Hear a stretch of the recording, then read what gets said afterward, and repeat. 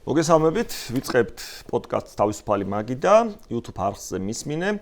თუ კი გაინტერესებთ და მოგწონთ ის, რასაც ვაკეთებთ, შეგიძლიათ გამოიწეროთ ჩვენი YouTube არხი და ყოველ პარასკევს დაიდება ახალი პოდკასტი და გვადევნოთ თვალი. დღევანდელი პოდკასტის თემა კი იქნება დემოკრატია, რომელზეც მე და საბა ჩვენს ძალიან ძვირფას სტუმართან, გიორგი ჩიტიძესთან ერთად, იურით გიორგი ჩიტიძესთან ერთად ვისაუბრებთ.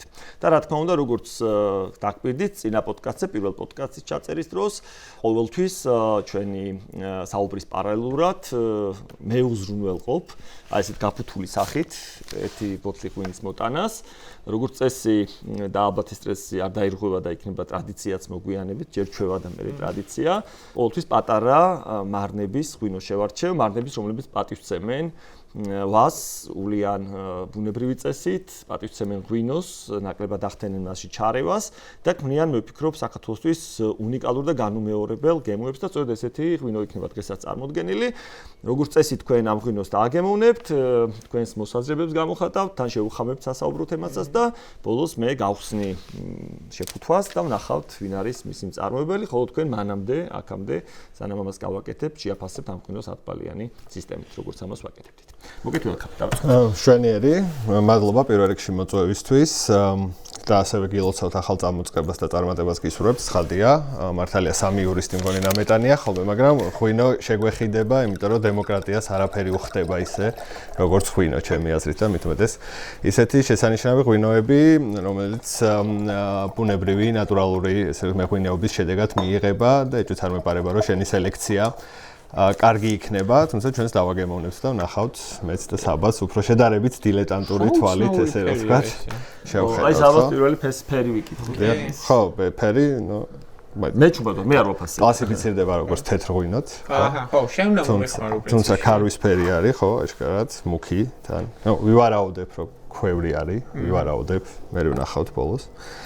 რა ვიცი, ნახოთ ნელ-ნელა, ხო? ხო, მე გადავიდეთ თქვენი აზრით რა ხნის არის, ამდენად დაძველებულია დემოკრატიაზე ძველი ვერ იქნება თლათ, მაგრამ ხო, ეგ არ ვიცი. წინაზე რაზეც ვისაუბრეთ გიო, ეს იყო პრინციპში თავისუფლება, წავედით, წამოვედით და მივედით მაინც გამოხატვის თავისუფლებაზე. და გამოხატვის თავისუფლება იყო ძირითადად რა კონტექსტზეც გაჩნდა მთავარი აზრების სხვადასხვაობა ჩვენ შორის. კერძოდ ეს გამოხატვის თავისუფლება ისე უნდა გვესმოდეს და ისე უნდა იყოს, როგორც დაუშვათ ადრე ესმოდათ ეს ჩვენზე რაღაცა ჭკვიან ადამიანებს, ეს იქნება ამერიკული სტანდარტი, რომელიც რაღაცა მე-18 საუკუნეში ხო, ჯერ კიდევ შეიქმნა თუ პირველი საქმე ამერიკაში 1730-იან წლებშია. მე-18 საუკუნეში. ხო, დასაწყისში ესე იყო, ცნობილი საქმე ზენგერი ან ზინგერი, როგორც გინდა ესე თაგნოთ გუბერნატორ კოსპის წინააღმდეგ, თუმცა წინა ჯერზე მაინც ესე ვთქვათ, მოდი, თავისუფლების ზოგად ფარგლებზე ვისაუბრეთ. კარგად არ გაგვიმიჯნია ჩვენი ქცევის თავისუფლება და სიტყვის თავისუფლება ორივე შევეხეთ. ალბათ სხვადასხვა გამომიჯნეთ. უბრალოდ რაზეც ვიჩხუბეთ, მაგის თქმა მინდოდა, ანუ იყო ის, რომ რაღაცნაირად ჩვენს თანამედროვეობაში სხვანაირი გაგება ხო არ უნდა ჰქონდეს, რაღაცნაირად მეტი ცვლილება ხო არ უნდა შევიდეს ამაში, ფარგლები როგორი უნდა იყოს თავისუფლება, ნუ იმ შემთხვევაში გამოხატვის თავისუფლებაზე. ეს ვაპირებთ ვილაპარაკოთ დემოკრატიაზე.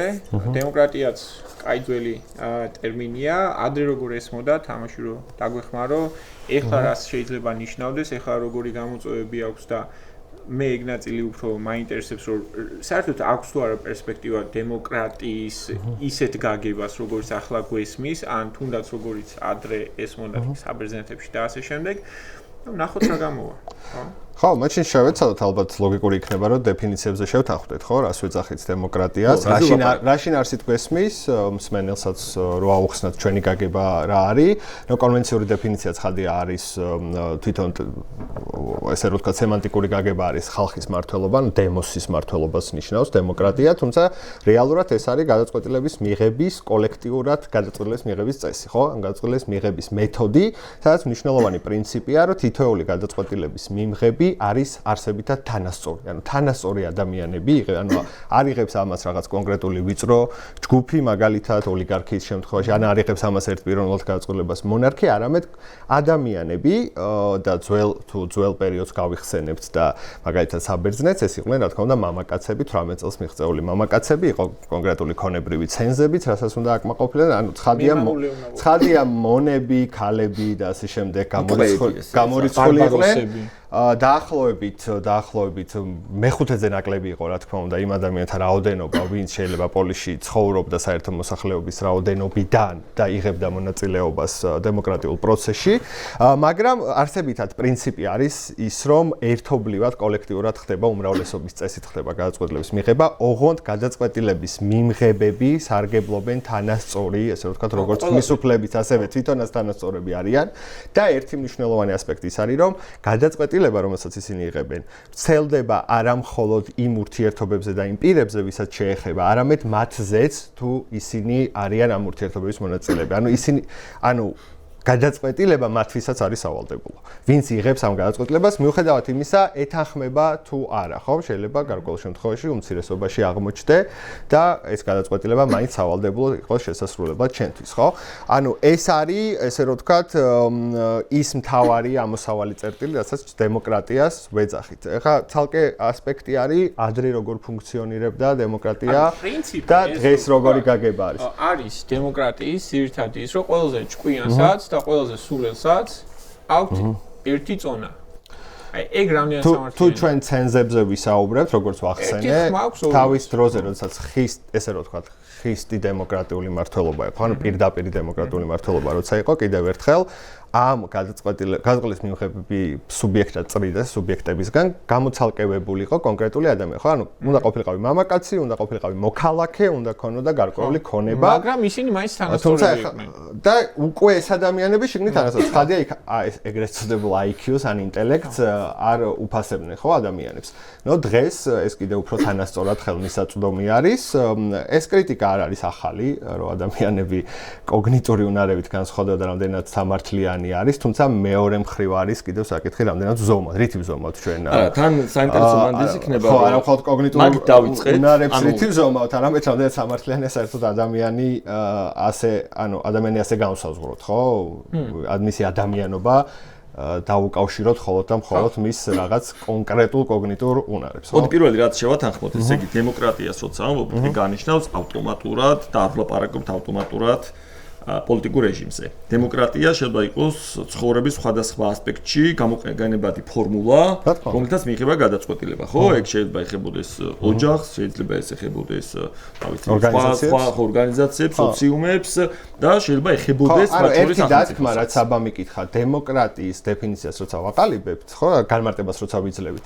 აქ ჩვენ არ ვაფასებთ ეს კარგია თუ ცუდია, ხო? ეს ან მისი მორალურად გამართლებულია თუ არა ამ სისტემის ან დეფინიცია მარტივად გვესმოდეს, ყველა არის ერთი წონის დეფინიცია, ხო? ანუ რაღაც ნეიტრალური დეფინიცია, რომელიც გულისხმობს ამას. მე ცალკე საკამათ შეიძლება ვიკამათო და ლეგიტიმურია ეს კამათი და მეტიც ძალიან დიდი ხნის განმავლობაში დემოკრატიის არსებობის ეს კამათი და ეს არგუმენტები იყო ყოველთვის ვალიდური, რომ რამდენად ის მუშაობს, როგორც მართლობის ხო, ეგ არის, ანუ ამერიკის შეერთებულ შტატებში როცა რომელიც ფუძდება 1776 წელს იქაც დაახლოებით იმავე პროპორციით იწყებენ საარჩევნო უფლების რეალიზებას, როგორიც აი ახსენე 5-დან 1 ადამიანს აქვს დაახლოებით ამ გადაწყვეტილების პროცესში მონაწილეობის უფლება.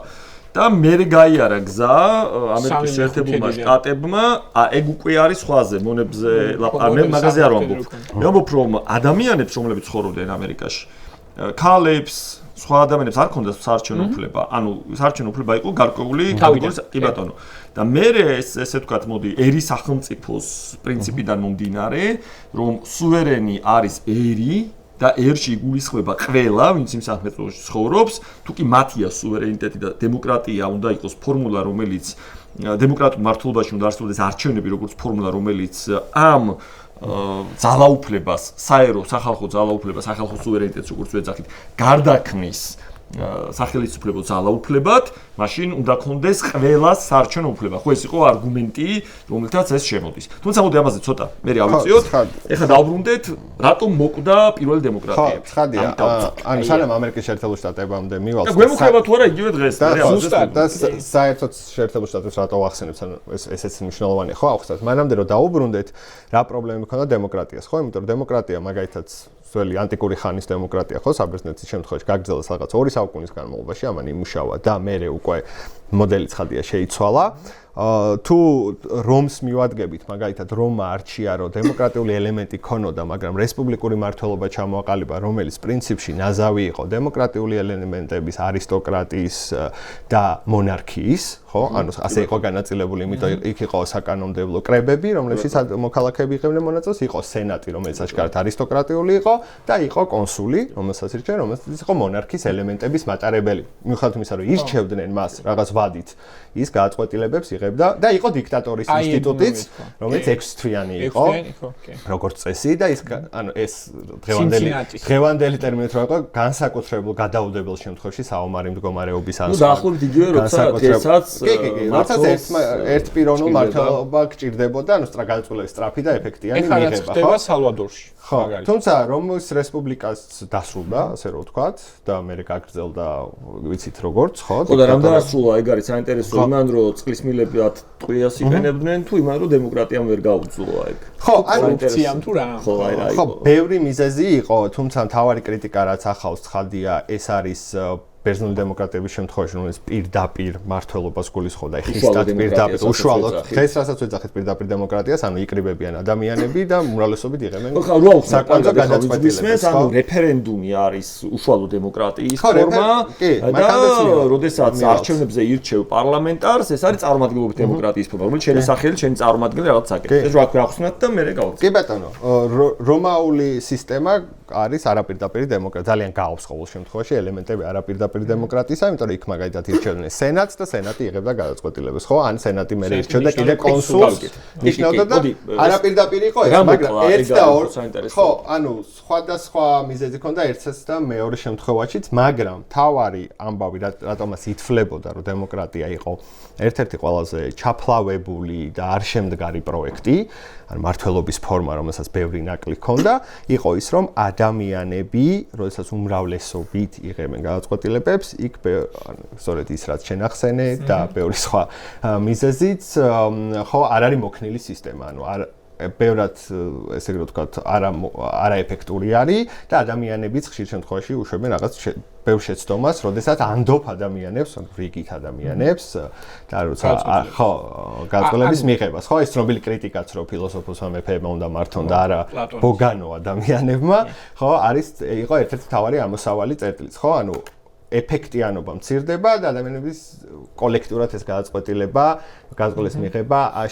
ბევრად მეტ შეცდომას იწვევს, ვიდრე განათლებული რაღაცა ვიწროწრე ადამიანებისა ან ერთპიროვნულად მონარქი, რომელსაც როგორც წესი უკან უდგანან ხოლმე საბას უნდა რაღაც განათლებული ადამიანი. არა, შეჯამება მინდოდა პაუზა რომ თან ღვინოც გასცემ. სწორედ გამოვარო ჩვენ საერთოდ გიორგი არა, შეჯამება ასავით მინდოდა რომ ესე იგი საბერძნეთიდან დაწყებული ხა ათენის და სპარტის ომები და მე პელოპონესის რო ვთქვათ, გინდა რომთან დაკავშირებით, ან დემოკრატიების მთავარი კრიტიკა გამოდის, რომ არის ის, რომ რაღაცნაირად სტაგნაციას იწვევს, გინდა თუ არ გინდა და სწრაფი რეაგირება როცა არის საჭირო და რაღაც ახალი უცნობი გამოწვევა როცა არის, ეს შეიძლება იყოს, რა ვიცი, ბარბაროსები, რომელიც რომ ის იმპერიას რაღაც გოთების ზემოდან ესხმიან თავს თუ სიტუაციაზე ჰიბრიდული ომი, რაც მოდის დაუშვა დეზინფორმაციის გზით, ამას დემოკრატიული მექანიზმები, რომელიც არის ნელი და ბიუროკრატიული,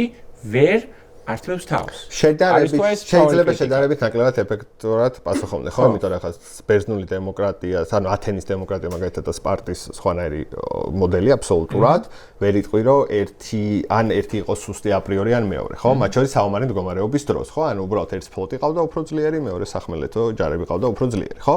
ანუ ეს აპრიორი არ ნიშნავს, რომ დემოკრატიული მმართველობა თუ გაქვს, შენ ხარ უფრო სუსტი, თუნდაც ანტიკურ ხანაში, ხო? ანუ ეს ამას ცხადია არ ნიშნავს, ყველაზე ოქროს ხანა ანტიკური პერიოდის ემთხვევა სწორედ დემოკრატიას და და რომის შემთხვევაშიც გარკვეული რესპუბლიკური მმართველობის გარკვეული ხანაც არის ძალიან წარმატებული. ხო, ვერ იტყვი რომ ყოველ შემთხვევაში რომ იმაზე წარუმატებელია.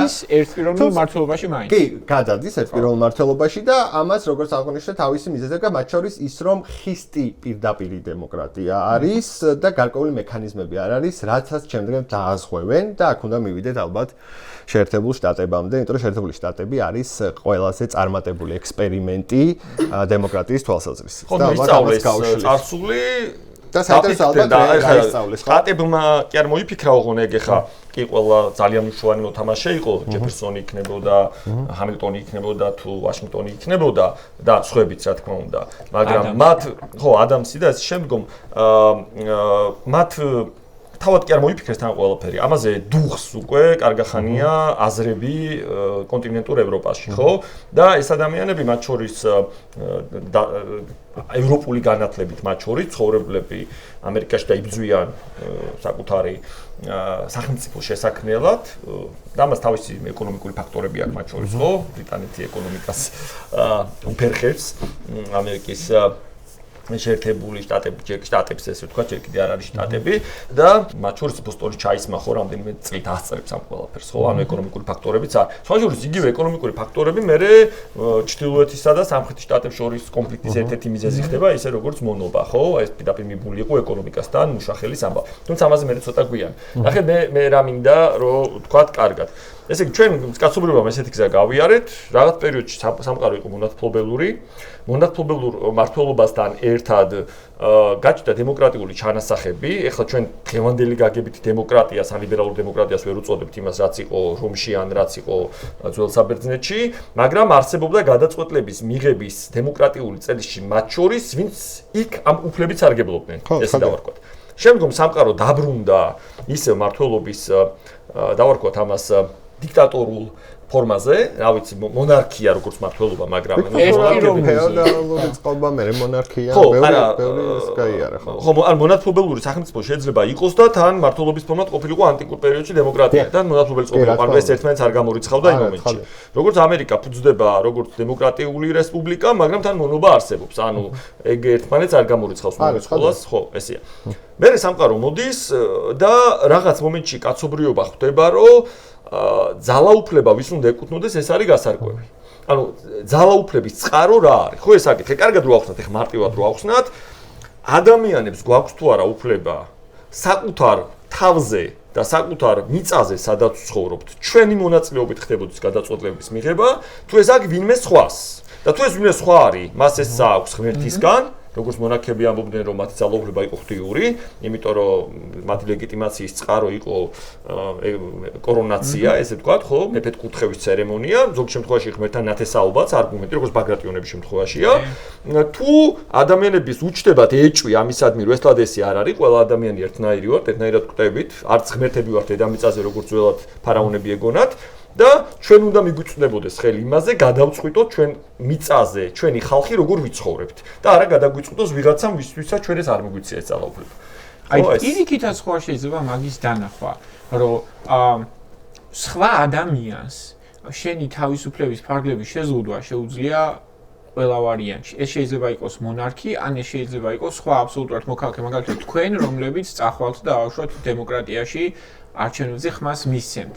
ეხლა მე მგონია, რომ ეგ კითხვა შეიძლება ისმებოდეს ისე, რომ ჯობია თუ არა რომ დავუშვათ 1 იქნება თუ 200 თუ რაღაცა, იმ ადამიანებს მივანდოთ ეს უფლება, რომ გადაწყვიტონ რაღაც საზოგადოებრივი საკითხები, თუ სიტყვაზე 3 მილიონს 4 მილიონს როგორ უნდა მივანდოთ? ეგ არის საკითხი. თუ ვანდობთ ამ ადამიანებს, წარმომადგენლობით დემოკრატია. ხო.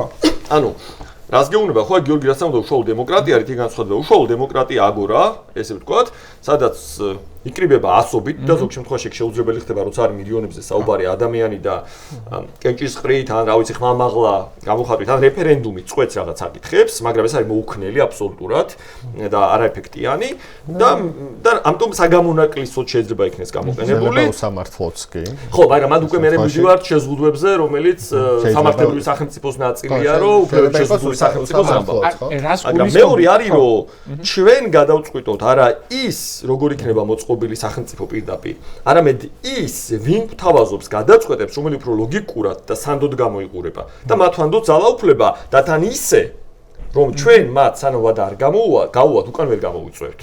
ხო, ან მანდატი არის თავისუფად, რომელსაც გადავცემ ჩვენს წარმომადგენლებს და ჩვენ მათი უკან გამოწვევა არ შეგვიძლია. აი რა მახსენდება, იცი?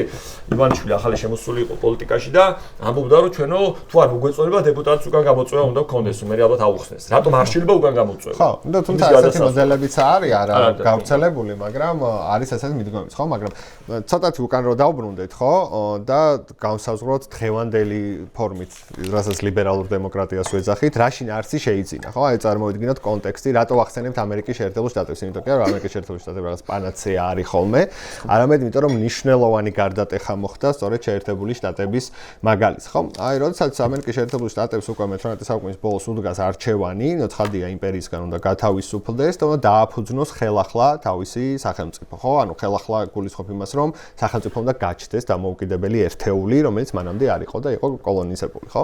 მათ აქვთ რამდენიმე ვარიანტი. ანუ მსჯელობენ, ეს ადამიანები იკრიბებიან, დამფუძნებელ მამებს, ვისაც ეძახიან შემდგომ, ხო, უწოდებენ და უნდა არჩიონ, როგორი მმართველობის ფორმა იქნება მათთვის ყველაზე მისაღები და ეფექტიანი. და ეს ძალიან საინტერესო დისკუსიებია, ხო, რომელიც მე წერილობითაც შემოგჩა ფედერალისტური წერილების სახით და სხვათა შორის იმ დისკუსიაში არის იდეა, რომ მათ ყავდეთ საკუთარი მეფე, საკუთარი მონარქი და გაიმეორონ რეპლიკაცია გააკეთონ ბრიტანული მოდელის, ხო? ნუ ცხადია ეს არ იქნებოდა აბსოლუტური მონარქია, კონსტიტუციური მონარქიის მიხედვით, ხო, რო ავხსნათ კონსტიტუციური მონარქია შეზღუდულ მანდატის მქონე მონარქის, ხო, მაგრამ მაინც მონარქს, ხო, მაინც მეფეს.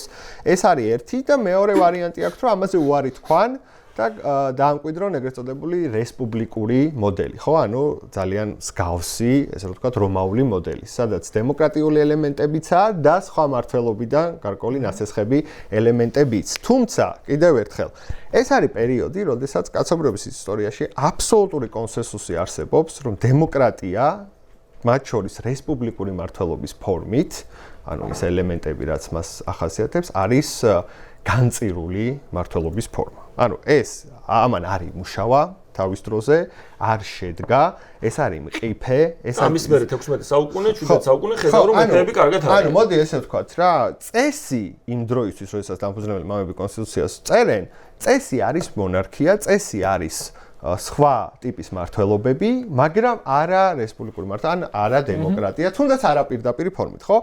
აი გარკვეული რაღაც ციტატებიც მაქვს, რომ აი ჰამილტონიც, ადამსიც, მედისონიც ამბობენ, რომ დემოკრატია რაღაც ეტაპზე თავს აიფეთქებს, თავს შეიჭამს, ან პოპულისტები მოვლენ და გამოიყენებენ ამ სისტემას დიქტატურის ჩამოსაყალიბებლად, არის ესე იგი турბულენტობა და სიცოცხლის უნარიანობის სიმცირე ახლავს დემოკრატიას, მაგალითად მედისონი ამას ამბობს და უკონტროლო უმრავლესობის ბატონობაში გადადის, წეღარას და ამას მე ავხსით ხო უმრავლესობის ტირანია რა არის და ეს მათთვის ცნობილია. ანუ ეს განათლებული ხალხია, რომელმაც წარსული კარგად იცის და იცის იქ რა შეცდომებიც მოხდა, არა მხოლოდ შეცდომები, რატომ არ იმუშავა სისტემა.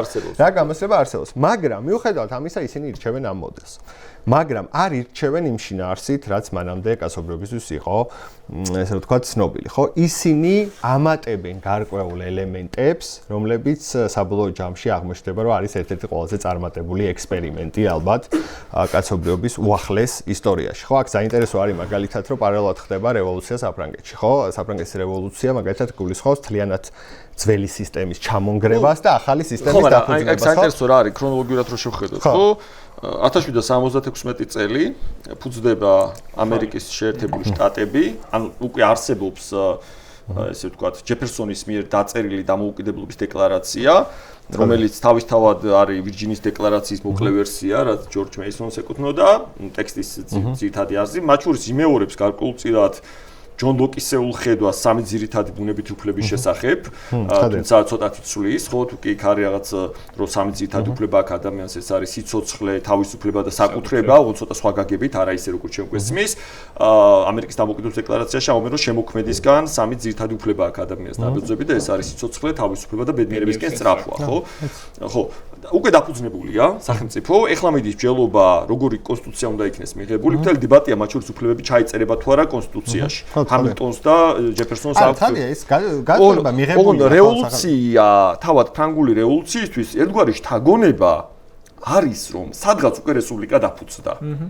თუმცა აქ და არა მხოლოდ ეგ იდეაში, არამედ ცოტა პრაგმატულადაც რო შევხედოთ, ანუ საფრანგეთი დაეხმარა ამერიკას დამოუკიდებლობაში, იმიტომ რომ ინგლისია მისცა უდიდესი კონკურენტი, უდიდესი ფული ჩადო ამაში და მაგან გააკოტრა იდეაში, ანუ ამერიკის დახმარებამ გააკოტრა საფრანგეთი და მაგიტომ მოხდა იქაც გეოპოლიტიკური სიტუაციაც არის მნიშვნელოვანი, უბრალოდ არსებითად რატო განსხვავდება, ხო? ანუ ეს წარმოიდგინე რომ კონდეს ამის ყველაფრის უკან რა თქმა უნდა განმანათლებლობის იდეებით გას, ხო?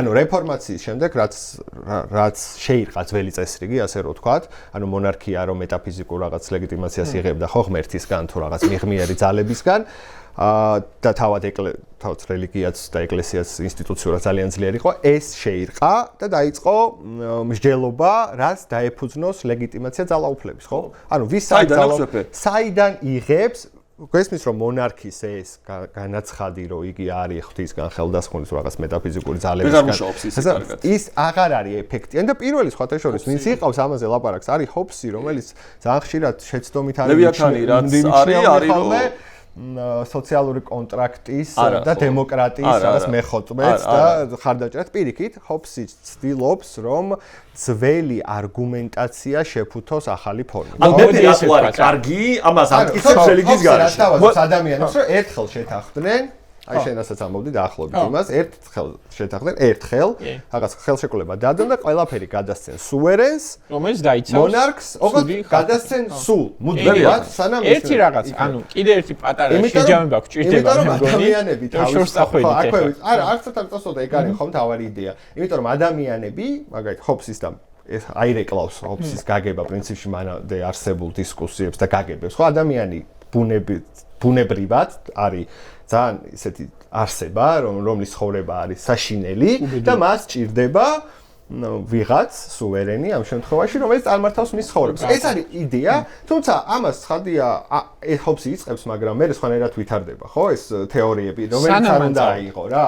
ესე იგი, ჩვენ დემოკრატიას რო დაუბრუნდეთ რა, ესე იგი ჩვენ ყავს ვიღაც ტიპები, რომლებიც აფუძნებენ ახალ სახელმწიფოს და ხედავენ, რომ დემოკრატია არის ისეთი ფორმა, რომელსაც არ მუშავია ძალიან დიდი ხანია.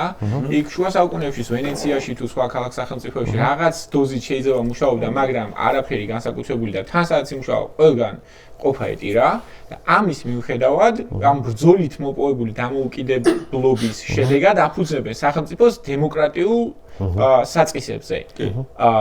ეხლა რა კი აქამდე ცოტა რაღაცა ისეთები ვილაპარაკეთ და პრობლემებს კიდე დაუბრუნდებით. რატომ დემოკრატია ეს რო ვთქვათ რა? აი რა აქვს ისეთი მუღამი დემოკრატიას, რის გამოც შეიძლება ღირდეს არჩევა იმისა, რომ მე და ვიღაცა ადამიანს, რომელსაც აბსოლუტურად განსხვავებული ინტერესები და ასე შემდეგ აქვს, ერთმანეთს ვენდოთ და ერთმანეთის უფლებაზე რაღაცა გადაწყვეტილების მიღება ერთმანეთს ვანდოთ. რატომ უნდა ვქნათ ეს? ნუ აქ ალბათ ის გაცვეთილი და კლიშე გამონათქვამია, ხო, რომ ესე ჩერჩილს მიეწერება და სადაც ის ამბობს, რომ დემოკრატია ძალიან მართლაც ხო არ მიეწერება. ხო, მართლაც ხო, მაგრამ მიეწერება სხვა ფორმით, ხო? სადაც იქ არ ყოფილა. ხო, დაახლოებით ის არის, რომ დემოკრატია ძალიან ცუდია, მაგრამ მაჩვენეთ უკეთესი. ანუ, როდესაც აიწონა ყველა და გამოსილება ხო დიდი დაგროვდა, ხო, მართლობის ფორმების, ჩაითვალა, რომ მორალური გამართლება სამართლიანობის თვალსაზრისით დემოკრატიას გაცილებით მეტი აქვს. რატომ? იმიტომ რომ ადამიანები, რომლებიც როგორც გიორგი მახსენა კონკრეტულ ტერიტორიაზე ცხოვრობენ, ჩაითვალა, რომ მათ უნდა შეეძლოთ საკუთარი ბედის განსაზღვრა, საკუთარ თავზე გადაწყვეტილებების მიღება და თავისუფლება და მათ შორის პასუხისმგებლობა, რაც მე ამას მოყვება. ანუ მორალური არგუმენტი? არა, ნორმატიული გამართლება და პრაგმატული ხადი. პრაგმატული არის, რომ ჩვენ, ესე იგი, ორი გზა არსებობს რა, კონფლიქტები არსებობს. საზოგადოების ინტერესები ერთმანეთს უპირისპირდება. მე და საბას, მე და გიორგი შეიძლება რაღაც საკითხებზე გვაქვს განსხვავებული ხედვა და ინტერესი. ინტერესი კიდევ უფრო ღრმა არის, ვიდრე ხედვა. ხედვა უბრალოდ იდეოლოგიის ამბავი შეიძლება იყოს რაღაც საკითხისადმი და ინტერესი არის ძალიან ისეთი, ხო? და ამ ინტერესის გადაჭრის ორი გზა. ერთს გთავაზობს ტოტალიტარული სახელმწიფოები, სადაც გეუბნებიან, რომ მართველი ყველა კონფლიქტს დასჭის. ყველა ინტერესთა შეჯახებას აკრძალავს და იქნება მშვიდობა. და არის მეორე, როცა ამბობ რომ ეს კონფლიქტები უნდა ვაღიაროთ რომ არსებობს, მოვახდინოთ მისი ინსტიტუციონალიზაცია, შევიტანოთ ინსტიტუტებში, დავადგინოთ ახსნია კარგად, შევიტანოთ პარლამენტში, თქვათ რომ არსებობენ მემარჯვენეები და მემარცხენეები, არსებობენ კონსერვატორები და ლიბერალები, არსებობენ ადამიანები განსხვავებული ხედვით და მათ თოპიკი არ ესროლონ ერთმანეთს. ან მათი არსებობა კი არ ავკრძალოთ. არამედ შევიყვანოთ ერთად საკამათო და ვისი არგუმენტებიც აჯობებს ვისიც გავა, ვინც უფრო მეც დაარწმუნებს, იმ გზით წავიდეთ. და ამან არასწორმა აზრმა გაიმარჯვა. და მაგას ვერავინ ვერ გაიგებს, რა იყო სწორი და არასწორი. არასწორი და სწორი განისაზღვრება მით ვის ეკნება მეტი ხელოვნება და ვის ეკნება მეტი ცოდნა და არწმუნოს უმრავლესობა რომ ეს არის სწორი.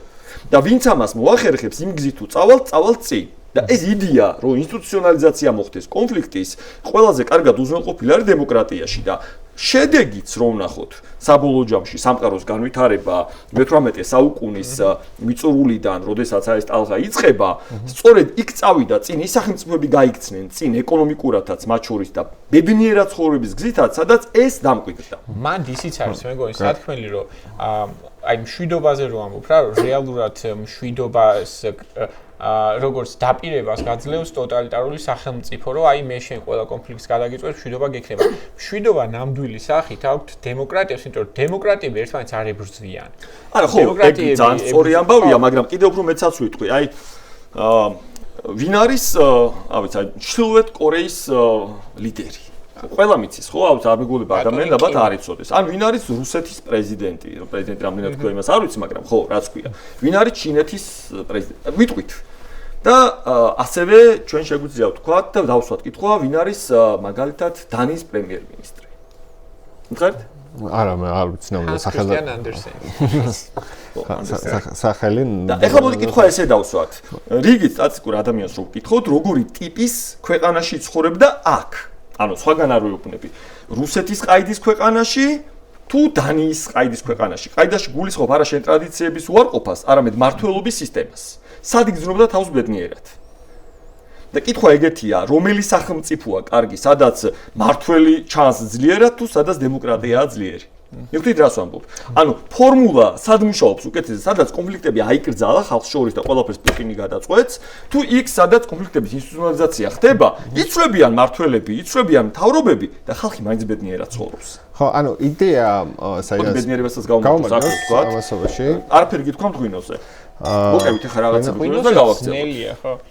აი მაგათაც დავიწყოთ ფერი. ფერი არის ქარვისფერი ვთქვით. ფერი არის ქარვისფერი. რამდენ წელს მიცემდი ამ ღვინოს? რამდენ წელს იქნება? მე ვიცი თუ სწორად მახსოვს ეს ტექნიკა, რომ აი პირველი კანტი რაც არის, ის რაც უფრო ღია, უფრო ახალგაზრდაა და რაც უფრო მუქია, უფრო ძველი არის ღვინო. თუ სწორად მუშაობს. ეს ტექნიკა ღვინოები მიიჩნევა ახალგაზრდა ღვინოებად. სამი ღვინოები საშუალო ასაკის და ალბათ 3 წლის ფარგლებში იქნება, ალბათ. მე ამ კანტებში ვერ ვიყვევი. ჩემი აზრით. ბოდიშკოლას ის არის. შენ სუნი გითხარი, არომატები რა არის? არა ხო. აბა რა ხილები მე მგონი რომ ახალი ღვინოა, ანუ ძალიან დაღუნებული და რაღაცა ისეთი მძიმე და ამ შემდეგ არ უნდა იყოს, არ ვიცი. ისე არ არის. არა უშავს, არა ეგრე თქვი, ეგრე მოყევი. არომატი აქვს კარგი, ეს არის უფრო მსუბუქი, ვიდრე წინა იყო. წინა წითელი იყო. ხო, მაგრამ ეგ არის შენ არომატებს თქვი. არომატები. ჩემთვის რაღაცა ცოტა შოკოლადი, კარამელი, რაღაცა დამწვარი რაღაცეები მოდის რა.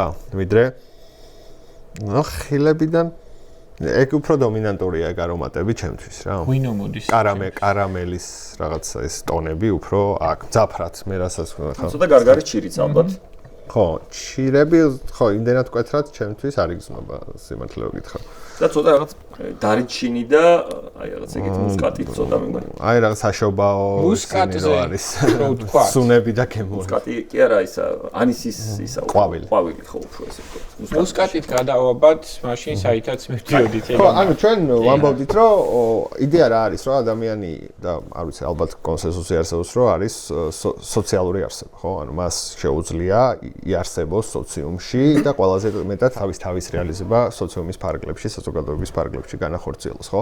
ამიტომ დემოკრატიას რომ ამბობთ კიდევ ერთხელ, ეს არის გადაწყვეტილების მიღების მექანიზმი და იმიტომ ჩაითვალა, რომ ყველაზე კარგი მექანიზმია, რომ სულ მცირე შენ მონაწილეობის შესაძლებლობა გაქვს იმ პროცესში, რასაც ქვია შენივე თავის შესახებ გადაწყვეტილების მიღება. რაც მანამდე არ ქონდა. რაც მანამდე ბევრად უფრო უარეს სიტუაციაში გაყენებს, ხო, როდესაც ახლა მონებზე არ მაქვს საუბარი, თუნდაც თავისუფალი მოქალაქე ხარ, მაგრამ ვერ აკმაყოფილებ რაღაც ცენტრ, ხო, არ დაიბადე რაღაც არისტოკრატიულ ოჯახში, არ ხარ სამეფო შთამომავლობის და არ ხარ რაღაც იმ ელიტის ნაწილი, რომელიც იღებს გადაწყვეტილებას. ხო, ყველა მოდელში, ხო, პრინციპში ასე მუშაობს. აქ სულ-მცირე შანსი მაინც გაქვს რაღაც გავლენა მოახდინო გადაწყვეტილის მიღებას.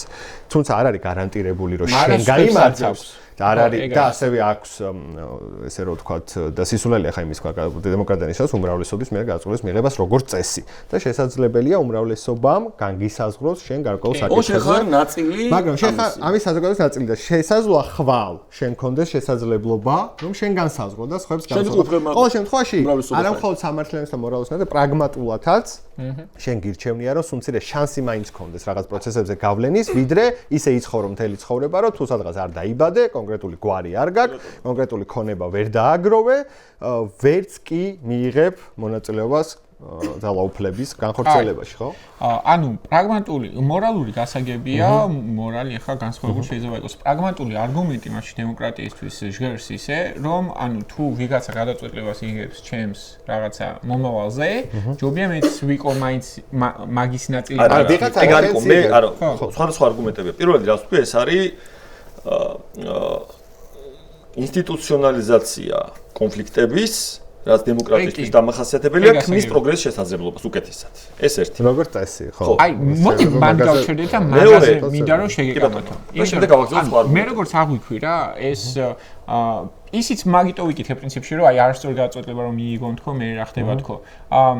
რა ხდება მაშინ, როცა შესაძლებელია სწორი გადაწყვეტილების მიღება ერთი ადამიანის ან ბევრი ადამიანის მიერ. აი მუსკატი იმიტომ გამახსენდა, რომ ომანზე წავედი და ომანს ყავდა სულთანი ყაბუსი დიდი ხნის განმავლობაში, 70-დან ცოტა ხნის რამდენიმე წელს წინ მოკვდა სულ და ამ ადამიანმა ჩაიბარა, აი გასხივოსნებულ დიქტატორებს უწოდებენ ხოლმე რა, მაგისი კლასიკური მაგალითი ადამიანმა ჩაიბარა არაბეთში კი არა მთელ მსოფლიოში ერთ-ერთი ყველაზე ღარიბი ქვეყანა, მამამისი გადააგდო სხვათა შორის იმით რა ქვია რევოლუციით, ხო? და ეს ადამიანი მართავდა ამდენი ხნის განმავლობაში, 50 წლის განმავლობაში და ომანი გახდა ყველაზე მნიშვნელოვანი, ყველაზე მშვიდობიანი, ყველაზე წარმატებული სახელმწიფო მთელ არაბეთში, რომელსაც ომი არ ქონია, რომელმაც ადამიანმა ჩაიბარა რაღაც 10 კილომეტრი იყო სულ ცემენტიანი გზა, ანუ დასმული გზა და ეხა ომანი არის 60 სიმბოლო იქაურობაში. რამდენიმე კითხვას დავსვამ. აი და მან დრო შემოვიდეთ ასე, აი რო ახსენე არასწორი გადაწყვეტილებაა, ჩვენ გვაქვს ეხლა საზომი რომ რაღაც გადაწყვეტილების ისტორია გავზომოთ. მაგალითად აი Brexit-ი რო ვთქვათ, ვიც რო გადაწყვეტილება არასწორი იყო, იმიტომ რომ ეხლა შეგვიძლია მაგისი მაგალითად ეკონომიკური შედეგის გაზომვა, ხედავთ რომ რასაც პირდებოდნენ Brexit-ის ავტორები ის ვერ შესრულდა, ეკონომიკა შემცირდა 2%, ასე შემდეგ ასე შემდეგ. კითხვები მაქვს რამდენიმე გაჩქარი კითხვები. ამაზე რას? მაგაზე პასუხად მაქვს კითხვები რა. პირველი კითხვა მაქვს ეგეთი რომ სიმღერა თუ იცით რომელიმე? აი ნიჭი თუ გაქვს სიმღერის? ნიჭი არ მაქვს, მაგრამ რამდენად იზიარებთ მოსაზრებას, რომ პოლიტიკას, რომ პოლიტიკოსი იყო, ჭირდება ნიჭი ან მიდრეკილება? ნიჭი ან მიდრეკილება, ანუ გარკვეული მიდრეკილება ალბათ და უნარები უნდა ქონდეს. შეიძლება დაიბადოს ადამიანი, რომელსაც არანაირი ინტერესი და მიდრეკილება არ ქონდეს პოლიტიკის და მხოლოდ იმიტომ რომ მეფის შვილია მოუწიოს მეფობა. შეიძლება ეგეც კარგი მეფე იყოს. ეხლა მოდი კითხვას არა, კარგი იქნება თუ ცუდი, ეგ მე გასაკვირია. მე მაგ ეგეთი საკითხი რომ საქართველოს ისტორიაში რამდენ მეფეს დაასახელებდით წარმატებულ მეფედ? 10-მდე. ჩამოთვალოთ მოდი აბა. ხო, რამდენიმეს ალბათ ესეთი ტრივია ყველა. 10-მდე ნახდა დავასახელე. 10-მდე დაასახელე. მეტი ცოტა ძნელია. და თან ეგ ამბავი, ანუ წარმატებულობა, განსაკუთრებით ისტორიული წყაროებიდან როგორც გინდა ისე დაარქვი წარმატებულობა. გინდა ილაპარაკე აღმაშენებელზე, რომელმაც ყველაზე ნუ თამარ დროს იყო ყველაზე დიდი, მაგრამ მან ჩაუყარა საფუძველი ამას, საქართველოს ყველაზე დიდი სახელმწიფო ქცევას და გინდა ისაუბრე როსტომ ხანზე, რომლის დროსაც არის ეს კულტურა მშვიდობა საქართველოს. ხო, ანუ აქეთ თეიმურაზის მე. ხო. ეხლა რატო ამბობ ამას ნახეთ? საქართველოში ესე რო ავთვალოთ ბაგრატიონებამდე ქვევითაც რო ჩავიდეთ, ხო, რაღაც ამოყვეთ გაერთიანებიდან და ამოყვეთ მე რა ვიცი, ფარსმანი იქნება თუ ფარნავაზი იქნება თუ მე გურგასალი თუ ესე ამოვიდეთ ბოლომდე 20 საუკუნის ისტორია ეგეთი დაახლოებით. და 10 მეფის დასახელება შეგიძლია. თუ მოვიდოვით შეიძლება მეტი იყოს. 15 იყოს. მაგრამ თვითონ მეფე ხო საშუალოდ, რა ვიცი 20 წელიწად საშუალოდ. ბევრი. მაგრამ ოკეი, კი ბატონო, მოყვებით. ესე იგი გამოდის რომ 10 ჯერ 20 არის 200 წელი. როცა იყო კარგი მართველები და 1800 გამოდის რომ ვერ დავასახელეთ. არ ვიძახი რომ ცუდი მართველები იყო. ხო, ესე რო დავარქვათ ამას სიტყვები. როცა დემოკრატია იმის საშუალებას გაძლევს, რომ თუ კი მართველი არ ვარ 4 წელიწადში, შეგიძლია სახში გაუშვო და სწრაფად ჩაანაცვლო უკეთესით. ეხლა ეგ არგუმენტი რო შემოვატრია. ყველაზე მეტი პრეზიდენტი იდეაში, რაოდენობრივად შეიძლება არა იმიტომ რომ იტალიაში სული ცვლება, მაგრამ ყოლია, მოდი ამერიკაზე დავრჩეთ მაშინ. ამერიკის პრეზიდენტებიდან რამეს ვიტყოდი რომ კარგი პრეზიდენტი იყო. მე ძნელი აქედან ვთქვა. ამერიკელების. ხო, ამერიკელებმა უნდა თქვენ, ალბათ უყური იქნება. აქ ჩემი აზრით ამ დისკუსიაში ცოტა სხვა არგუმენტი შემოდის. ამერიკის მაგალითად რელევანტური ის კი არ არის პრეზიდენტი კარგი იყო თუ ცუდი იყო. შეიძლება ზოგმა რაღაც წარმატებულად განახორციელა რაღაც პოლიტიკა, ზოგმა არა. დემოკრატია განვითარდა, დემოკრატია ზოგადად წინ მიიწევდა თუ არ მიიწევდა, ხო? ანუ დემოკრატიული სისტემა მუშაობდა, ცუდი პრეზიდენტის შემდგომ ჩემთვის ტესტი არის, რომ ცუდი პრეზიდენტის დროს მუშაობს, თორე პრეზიდენტი თუ კარგია, მონარქი თუ კარგია და გულისხმიერია, შეიძლება დემოკრატია ყველაზე ნაკლებად მნიშვნელოვანი იყოს. მაგრამ შეიძლება ვიღაცა კეთილი იყოს. ცუდი როცა არის და ამას აქვე ვიტყვი, რატო იყო ამერიკული ექსპერიმენტი, რატო გაამართლა? იმიტომ რომ ამერიკელებმა რამდენიმე რამ თქვეს, რაც მათ სისტემას განასხვავებდა წინამორბედი, ჩაფლავებული, შეუმდგარი და წარუმატებელი სისტემებისგან. ხო, ამერიკელებმა პირველი რა თქვეს, რომ ხელისუფლება უნდა დაანაწილდეს. ხო, ანუ ეს თავარი კრიტიკა, რომ ვიღაც დემაგოგი, ტირანი არ მოვიდეს და დემოკრატიას არ მოაკვლევინოს თავი, ხატოვნად თუ ვიტყვი, თავისი დემოკრატიული წესებითვე, ამისთვის საჭიროა მაქსიმალურად ჩავდოთ შეკავების და გაწონასწორების მექანიზმი. ანუ ძალაუფლება გავანაწილოთ. რამდენჯერაც განაწილება ოღონდ გულისხმობდა როგორც ტრადიციულ გაცვეთილ სამშტოდ, ხო, აღმასრულებლად, საკანონმდებლო სასამართლო, ასევე ძალიან მნიშვნელოვანი და ხშირად ავიწყდებათ ხოლმე ამერიკული ექსპერიმენტი იყო ძალაუფლების განაწილება ცენტრსა და შტატებს შორის. ანუ ამერიკელებმა თქვეს, რომ შეიძლება ადამიანებმა მიიღონ ცუდი გადაწყვეტილება, მაგრამ ჯობს რომ ის მიიღონ ადგილს. და აქედან არ უკარნახონ ვიღაც კეთილმა ბიძიებმა, პრეზიდენტებმა თუ მინისტრებმა ერთ საინტერესო ვაშინგტონიდან არ უკარნახონ. კი, მაგრამ მან იყო ვაშინგტონ ჯერ კიდე ხო, მაგრამ ნახე რა თუმცა მანდაც იყო ხო, პირველი ვერსია ჰქონდა სანამ კონსტიტუციას ღევანდელი ფორმით მიიღებდნენ, სადაც ძალიან სუსტი იყო ცენტრი და იმან არ იმუშავა და მე რაღაცები გადაადგეს, მაგრამ მნიშვნელოვანი ეს იყო მეორე ელემენტი. გარდა იმისა, რომ ხელისუფლება განაწილდეს სამშტოში, ასევე განაწილდეს ცენტრსა და რაც მაგალითად საქართველოში არასდროს არ მოხდა რა, და მან იყო ერთ საინტერესო და ადამიანის უფლებები რო დავასრულო. ადამიანის უფლებები მნიშვნელოვანი მუხრუჭი იყო, მექანიზმები, რომ ზუსტად ის დაეზღვიათ, რომ ცუდი პრეზიდენტი თუ მოვა და რაღაცების კეთებას დაიწყებს. შენ შეგიძლია წაიღო მაგ პრეზიდენტის გადაწყვეტილება. შეზღუდვა სახელმწიფოზე, მოდი ცოტა მეტი ვისაუბროთ მაგაზე. ანუ ეგ იყო ხო, ანუ ის რო უპასუხო უბრალოდ შენ რა თქმა უნდა მე. არ მინდა რომ ცოტა მეტი ვილაპარაკოთ მაგაზე, იმიტომ ვაქვთ რომ ამერიკული და პრეზიდენტი, ამიტომ პრეზიდენტი კიდე ერთხელ კარგია თუ ცუდია. ცუდი პრეზიდენტების შემთხვევაში თუ დემოკრატია კარგად მუშაობს, ეგ ნიშნავს, რომ შედარებით უკეთესი მართლობის ფორმა, ხო? ეს არის ამერიკა სანამ რესპუბლიკა დაფუძნდებოდა 1776 წლის გაზაფხულზე გამოქვეყნდა ერთი წერილი, რომელიც მერე გაირკვა მოგვიანებით ავტორი ვინ იყო, იმაში სწორად მახსოვს ფსევდონიმით გამოქვეყნდა. ამ ჰამლეტს გვია საღი ასრი. common sense და ტომას პეინი არის მისი ავტორი, ცნობილი ყველასთვის. და ამ ბევრი საინტერესო საკითხია ამ წელში, მაგრამ ერთი საინტერესო პასაჟი არის და კარგად აღწერს, რასაც გიორგი ამბობდა, რომ და კითხვაზე პასუხიც არის, ჩვენ გვქნით სახელმწიფოს, უნდა შევქმნათ სახელმწიფო, სადაც იმეფებს კანონი და არა მეფე იკანონებს. ანუ ეს განასხვავებს მონარქიას დემოკრატიისგან. ანუ ჩვენ ვიღებთ სახელმწიფო, სადაც კანონები გამეფთებიან და არა მეფეები რასაც იტყვიან, ის იქნება კანონი. არის, მაგრამ აი ეგ ფრაზა მაქვს გამოყენებული ერთ-ერთ წიგნისთან ავტორი ვარ და აი ეგ გამოვიყენე ჩემი ნაწილი რაც იქ კანონების პრინციპზე ზუსტად წინსართად რას ნიშნავს. თალკე ამბავი არის ეს კანონები როგორი შეიძლება იყოს და ასე შემდეგ. ანუ ეს არ არის იდეალური სისტემა. ხო კიდე ერთხელ ეს არის გადაწყვეტილების მიღების სისტემა. ეს არის მოდელი, რომელსაც თავისი ძალიან ბევრი ესე ვთქვათ ნაკლოვანება აქვს, მაგრამ შედარებით ხებთან ყოველ შემთხვევაში ემპირიულად ესეა. კონკრეტული გამონაკლისების გარდა შეგიძლიათ თქვა, რომ ამ შემთხვევაში რაც არის ხეობა არის მეტი, ხო? არის, ოკეი, აი დაუშვათ დემოკრატია მუშაობს, ხო? ამ შემთხვევაში უკვე მეორე მხარეს არ ვიცი, უბრალოდ თქვენი აზრი მართლა მაინტერესებს. ეს ნიშნავს თუ არა იმას, რომ დემოკრატია რომ მუშაობს, არის თუ არა ის ერთადერთი რომელიც მუშაობს, თუ სხვამაც შეიძლება იმუშაოს. მაგალითისთვის, აი ლიხტენშტეინი, რომელიც კაი სახელმწიფოა ძალიან. ძალიან კარგი სახელმწიფოა, მან და არ არის დაყოფილი საერთოდ. ევროპაში არის ერთ-ერთი სახელმწიფო ეს, სადაც იდეაში გვაქვს აბსოლუტური მონარქია.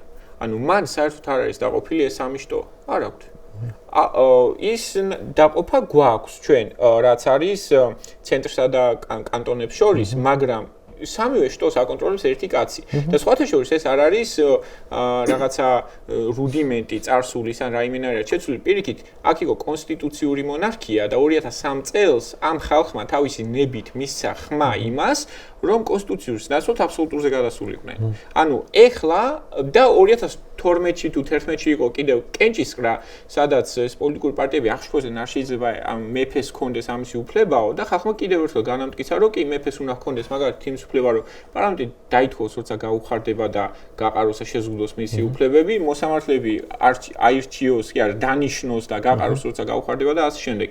გავანებოთ თავი ასევე ომანს და სხვა ქვეყნებს, მაგრამ ესეთი წარმატებული ქვეყნის მშენებლობის მაგალითები გვაქვს ჩვენ. მშენებლობის არა, აშენებულ ქვეყანაში ცვლილების. ხო, თუმცა გადაწყვეტილებას ადგილზე იღებენ, ხო, როგორც ვიცი. არა, მხოლოდ არა, მეფეს შეუძლია ყველა გადაწყვეტილებას, რასაც მიიღებენ, ვეტოს დადება. ყველანაირი იმის გარეშე მაგალითად აშენდა ლიხტენშტეინი ამ კი, იმიტომ რომ მე-20 საუკუნის მეორე მსოფლიო ომის მერე იგი იყო ასევე ძალიან ნუ ხო, მაგრამ ძალიან ანუ ნახე ჩვენ ანუ რასაც ვსაუბრობთ ახლა დღეს შეგვიძლია ვილაპარაკოთ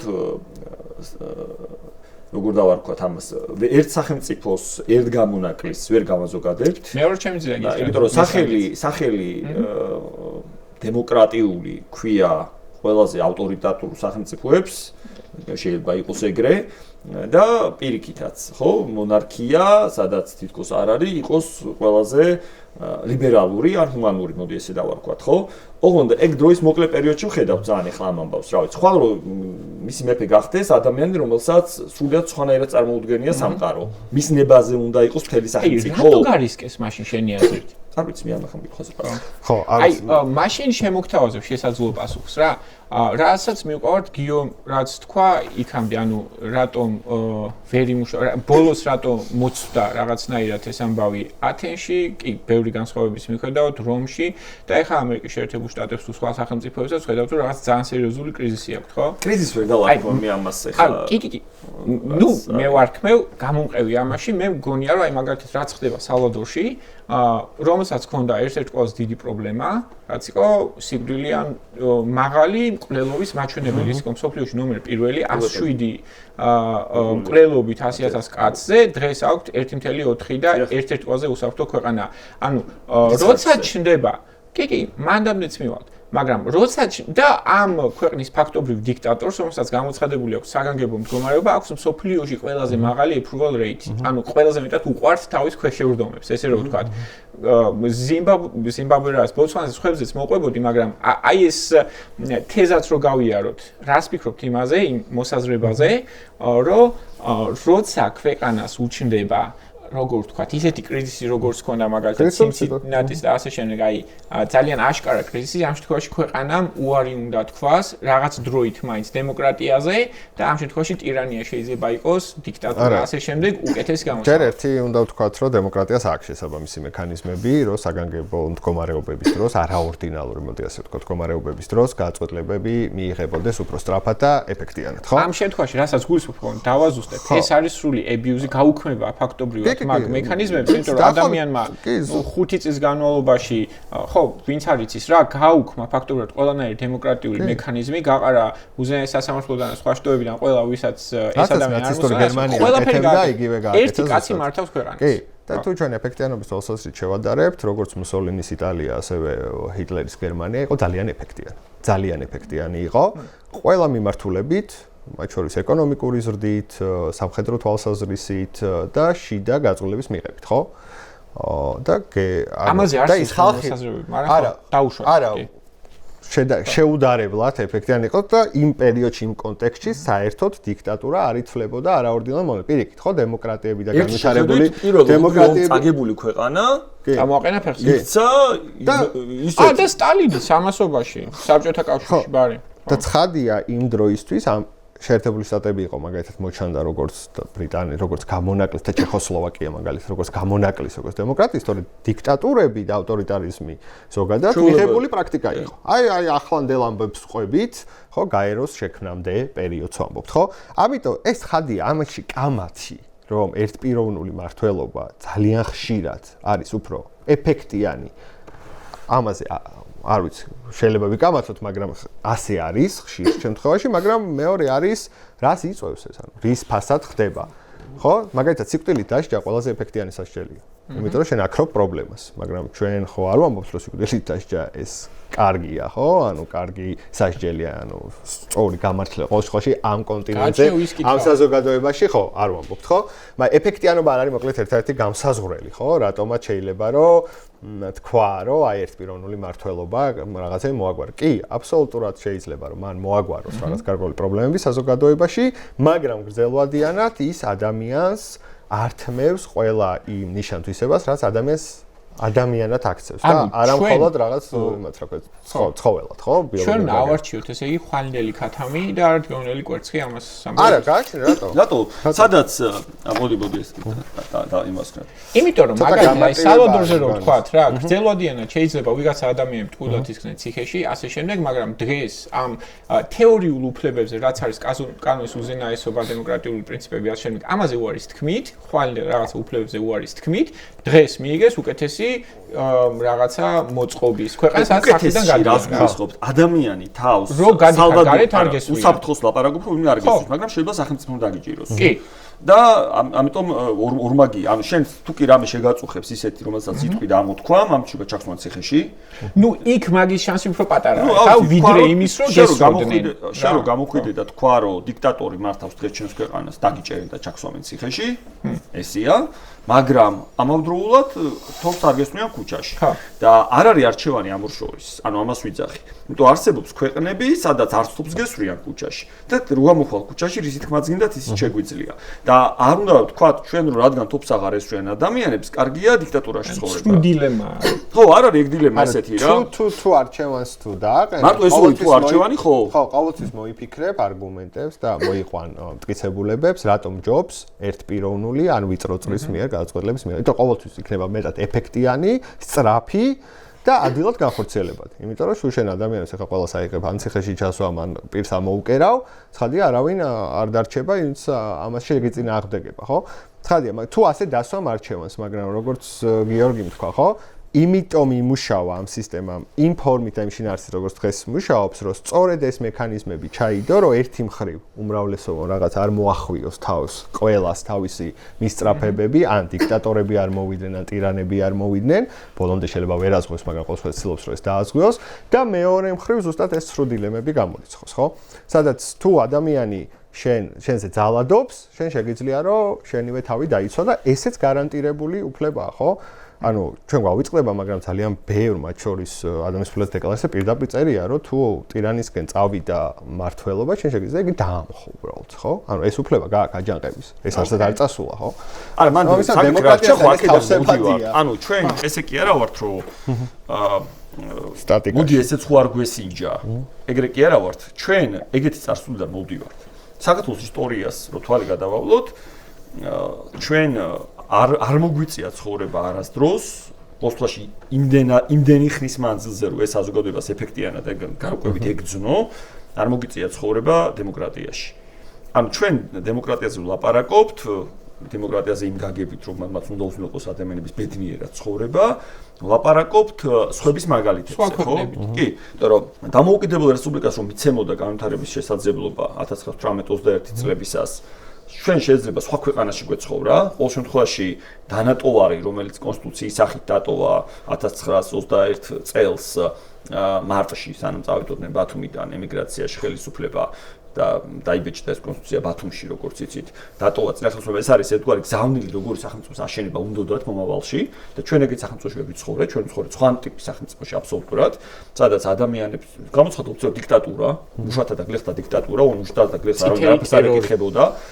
კონსტიტუციაში ეწერა 22-ის კონსტიტუციაში, რომ მუშათა და გლეხთა დიქტატურა. ეს ნიშნავდა, რომ სხვებს გააუქმეს სამოქალაქო პოლიტიკური უფლებები რა. დარჩა მარტო მათ და მათ არც განათლება ჰქონდათ, არც ცოდნა ჰქონდათ და არც არავინ არაფერს ეკითხებოდა. სინამდვილეში მათი სახელით ვითა პატარა ვიწრო ჯგუფი დაეპატრონა მთელ ძალაუფლებას. და ცოტა ხანში თვითონ მაგ მუშებზე და გლეხებზე ჩაატარეს რეპრესიები და დახოცეს, გაწმინდეს და ასე. დიდ მაგრამ ეხლა ნახე რა ვძახი, ჩვენ მე მთელი 70 წელი ისე რომ თაობები გამოიცვალა შეგნით. გავიზარდეთ ეგეთ სახელმწიფოში. ეგეთ სახელმწიფომ ერთ დღეს ძალიან შეგვაწუხა. მე პატარა ვიყავი და შეიძლება ვერ შევწუხდი, მაგრამ შეწუხდა ჩემი მშობლები.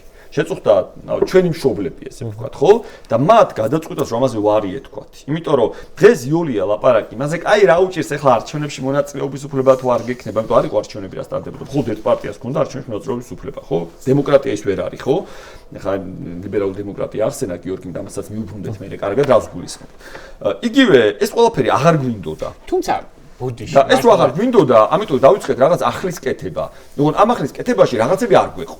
არ გვეყო ცოდნა, არ გვეყო გამოცდილება, მუცბელი რომ ვიყოთ და აღმოჩნდეს სუსტრაფებიც რაღაცეებში რა. მოსვლაში ჩვენი ეს გამოუცდელობა და ცოდნის არარსებობა კარგად გამოიყენა მავანმა იმისთვის, რომ უცებ ჩვენი ეკონომიკა ჩამოშლილიყო და ომებში გავხვეულიყავით. უბრალოდ ეხლა გვაქვს დაფიქრების დრო, კარგი დაფიქრების დრო. ეს არის თუ არა საკმარისი არგუმენტი, რაც დაგვემართა. რომ გამოსავალი სხვაგვარად ვიპოვოთ. ანუ გამოსავალი რაშია? დაუბრუნდეთ წარსულში, სადაც არ ქონდა უფლებები, თუ თქვათ, სად შეგვეშალა და ის გამოვასწოროთ. ანუ თქვათ, რომ ჩვენ დემოკრატია, თავისუფლება, ეს ფორმულები როგორ მუშაობს, უკეთესად უნდა გაგვიაზრებინა და ისე დაგვეწყო სახელმწიფოს შენებლობა. აი ეს არის ახლა საკვანძო საკითხი. ანუ არჩევანი ესეთი კი არ არის, რომ ან უბედურებაში ვიცხოვრობთ, ან ავტორიტარიზმია, არამედ ავტორიტარიზმია უბედურება და ყველა სახის ავტორიტარიზმია უბედურება. და შანსი გვაქვს ჩვენმა მოქალაქეებმა ბედნიერად იცხოვრონ დემოკრატიაში. ანუ ესეთ ანალოგიას ხედავ ახლა რაც თქვენი ლაპარაკით პრინციპში აქამდეც ესე ვხედავდი, მაგრამ მაინც რომ დემოკრატია არის ფულის შოვნის გზა, ესე რომ ვთქვათ, როცა შენ რაღაცა მუშაობ და ყოველდღე რაღაცა ხელფასი იღებ და ეს არის ძალიან ნელი და გრძელი გზა, რომ შენ რაღაცა დოვლათი დააგროვო. და ავტორიტარიზმი ნიშნავს კაზინოს შესვლას და რაღაც რულეტზე თამაშს, სადაც უდიდესი შანსია რომ წააგებ, შეიძლება ვიღაცებს გამომართლოთ, მაგრამ ადამიანებს ხიბლავთ იმის წარმოდგენა, რომ აი შეიძლება ეს ჩემი ტირანი ისეთი არ იყოს, ეს შეიძლება კარგი ტირანი აღმოჩნდეს და გაცისკროს, ხო, რაღაცნაირად და უცებ ავშენდე. ანუ ეს არის რაღაცნაირად შორტკატის ძიების, მოკლე გზის ძიების მცდელობა, რომელიც ძალიან ხშირად განწირული არის წაგებისკენ და ჯობია მაინც რომ ეგეთ ლიდერებს დემოკრატიებში ძეძებდნენ. აი ახლა სამხრეთ ამერიკის ამბები არის კარგი დელეგაციურ დემოკრატიებს უწოდებს რამდენიმე კარგი ავტორი ამას, ხო? სადაც ადამიანები ცდილობენ ეძებონ ანგელოზები მართველებად და 4 ან 8 წლის თავზე იღებენ დაცემულ ანგელოზებს, ანუ დემონებს. ხო, იმიტომ როცა ეგეთ ლიდერს ეძებს, საბოლოო ჯამში მე ამას იღებს შედეგად. ხოსე მუსიკაც კი, ურუგვაის პრეზიდენტი, რომელიც აქ ძალიან უყვართ ხოლმე, მუსიკაც კი ვერ აღმოჩნდა ბოლომდე ანგელოზს. ხო და აი, ამიტომ ამაზე პასუხი იდეაში წეხან ფედერალისტების წერილები არსენა გიორგიმ და მედისონს აქვს გაცემული ერთ-ერთ წერილში. და ამბობს რომ ადამიანები რო ანგელოზები ვიყოთ, სახელმწიფო არ დაგვჭირდებოდა. ჩვენ უნდა ვაღიაროთ რომ ადამიანები არ ვართ ანგელოზები. ჩვენი ადამიანური ბუნება, კეთილი და ბოროტი ყველგან მიყვება. ეგეთი ვართ რა, ორივეს მატარებლები ვართ და ჩვენ თუ კი ერთმანეთს არ დავაბალანსებთ, ანუ ერთმანეთს არ გავაკონტროლებთ, checks and balances აზრს ვლაპარაკობთ, ხო? ეს ჩვენი ადამიანური ბუნება იქაც, სადაც მიდიხარ ძალაუფლებასთან, შენ აუცილებლად გაქცევს დემონად. ამიტომ აი დაბალანსებაშია გამოსავალი და არა იმაში რომ ანგელოზები ვეძებ. ანუ დემოკრატია რეალურად თავაზობს, რომ შენ სისტემა აწყო ისე, რომ ადამიანი ას კარგი იქნება თუ ცუდი იქნება, მას ნაკლებად შეეძლოს რაღაცების გაფუჭება, ხო, ძალიან ტრივიალურად თუ ვიტყვით. ანუ და ანუ შეგვეძლოს რაღაც პერიოდულობით ეს მომოწმოთ და ეს შემოწმების მექანიზმები იყოს მთელი არსი მათ შორის ამ გადათამაშების ახალებული შინაარსის შეძენის დემოკრატიისთვის იყო ეს, რასაც მე ლიბერალური დემოკრატია დაერქვა, ხო? როგორც რაღაც აკადემიური ტერმინი. ლიბერალურმა დემოკრატიამ შეიძლება რომ არის ერთი რომ ძალაუფლება ყოველთვის უნდა მოთოკო და მოათვინიერო, იმიტომ რომ ძალაუფლება თავისთავად უკვე გადამეტებული არის საფრთხე. ანუ არავინ არ უნდა მათ შორის არც კეთილი, არც ცუდი, არც კარგი ადამიანი თუ ადამიანთა ჯგუფი არ უნდა მიუშვა ისე, რომ მათ გადაამეტონ ძალაუფლება. რაღაც ჩარჩოები უნდა მოუხაზო, უნდა უთხრა ეს არის დროებით, უნდა უთხრა რომ შენ ამის შესასრულებლად ხარ აქ და გარკვეული დროის შემდეგ მე გადავამოწმებ ამას. აკეთებ თუ არ აკეთებ, თუ აკეთებ, ხელახლა დაგიდასტურებ ამას თუ არა, გაგიშვებ სახში, ხო? ანუ თლიანად არის სისტემის მუშაობა, სისტემის აწყობაზე, ინსტიტუციონალიზებაზე.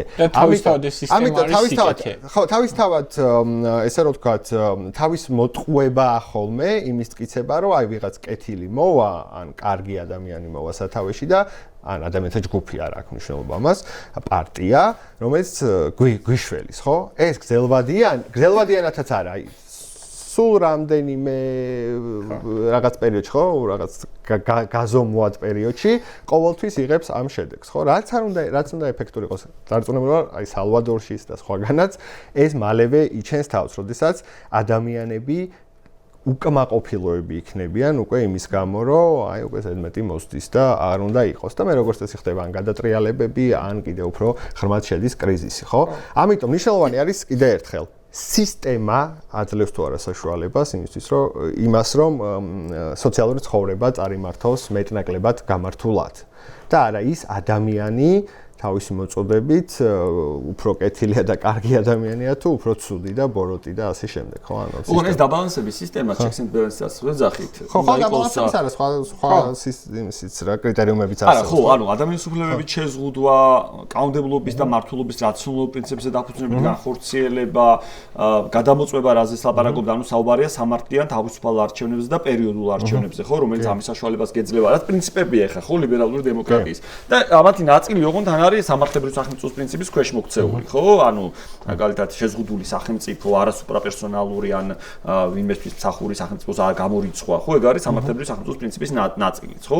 მაგრამ ეხლა ნახეთ, წლების წინ მახსოვს, აი დღეს ვიხსენებდი ლექციაზე სტუდენტებთან, რომ 2006-7 წელი იყო, ერთ პროფესორთან მქონდა ამერიკელთან შეხვედრა და მაშინ თქვა, რომ აი ჩვენებმაო ჯარისკაცებმაო ჩამოიტანეს აზიიდანო ერთი თამაშიო რა. და შეიძლება თქვენ არ იცოდეთო, მაგრამ როგორ არ იცოდით ამ თამაშზე გაზრდილები ვართ ყველანი.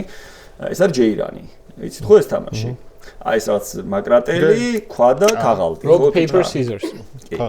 ნუ იაპონურია სავარაუდოდ წარმოშობით ეს თამაში, მე გავრცელებული მთელს აზიაში. აი ამ თამაშს გავსო ხელისუფლების დანაწილების საკითხიო რა.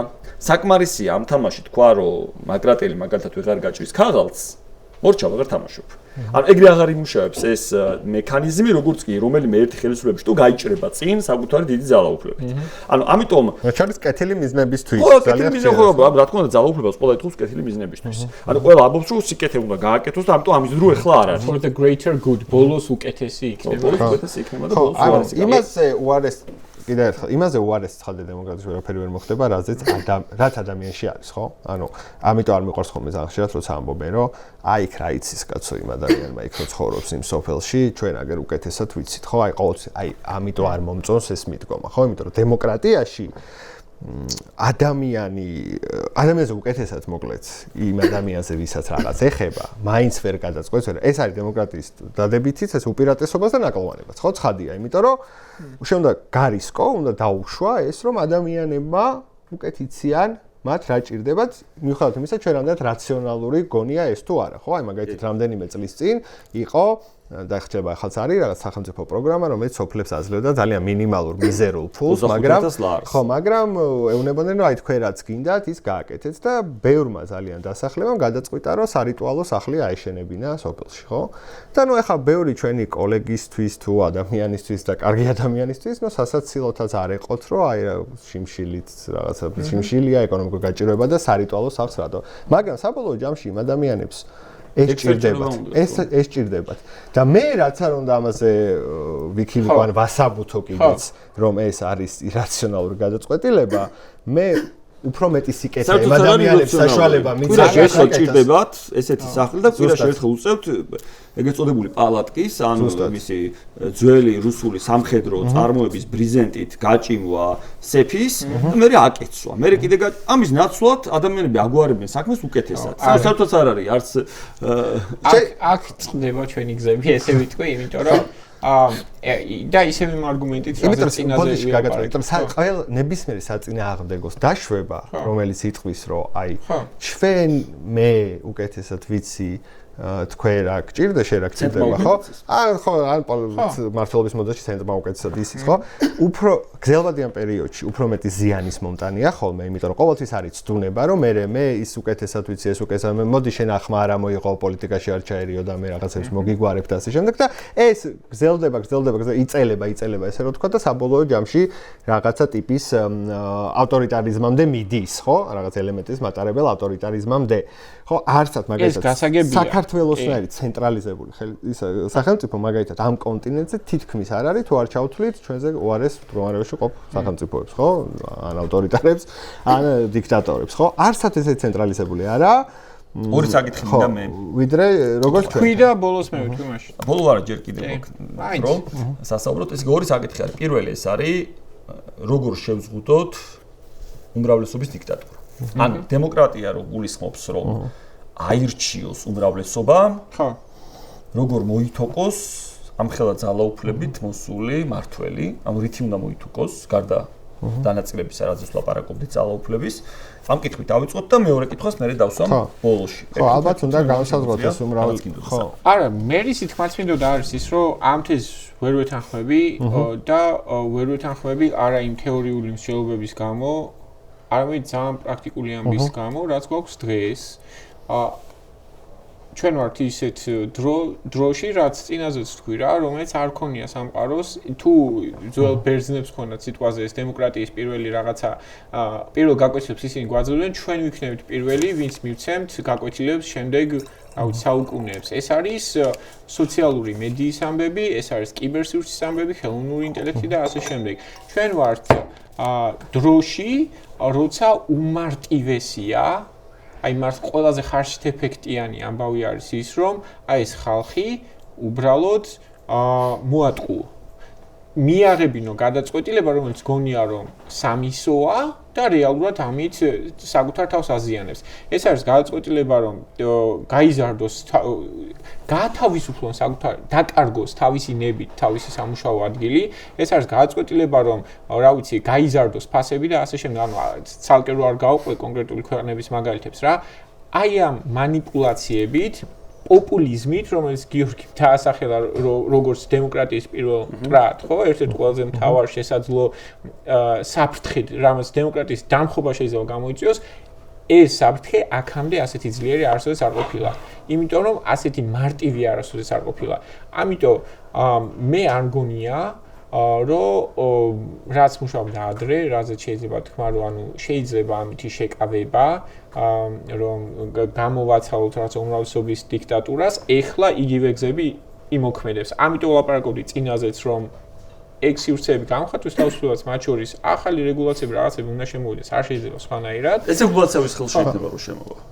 ვის ხელშიც არ უნდა იყოს ეგ რეგულაცია, ვიღაც ხელში უნდა იყოს თუ დაურეგულირებელი დარჩება, ამ შემთხვევაში გვექნება FIMI-ს, რასაც უწოდებენ, რაც არის უცხოეთის ჩარევა შენს ქვეყანაში და ვიცით ქვეყნები, რომლებიც არიან ამაში უკვე დაოსტატებულები და ისინი გადაგიწყვეტენ, როგორ მოატყუებენ შენს ხალხს. წახან ვახსენე და მოდი ამ თემას შევაჯამოთ ეს თემა, ეს არის უმრავლესობის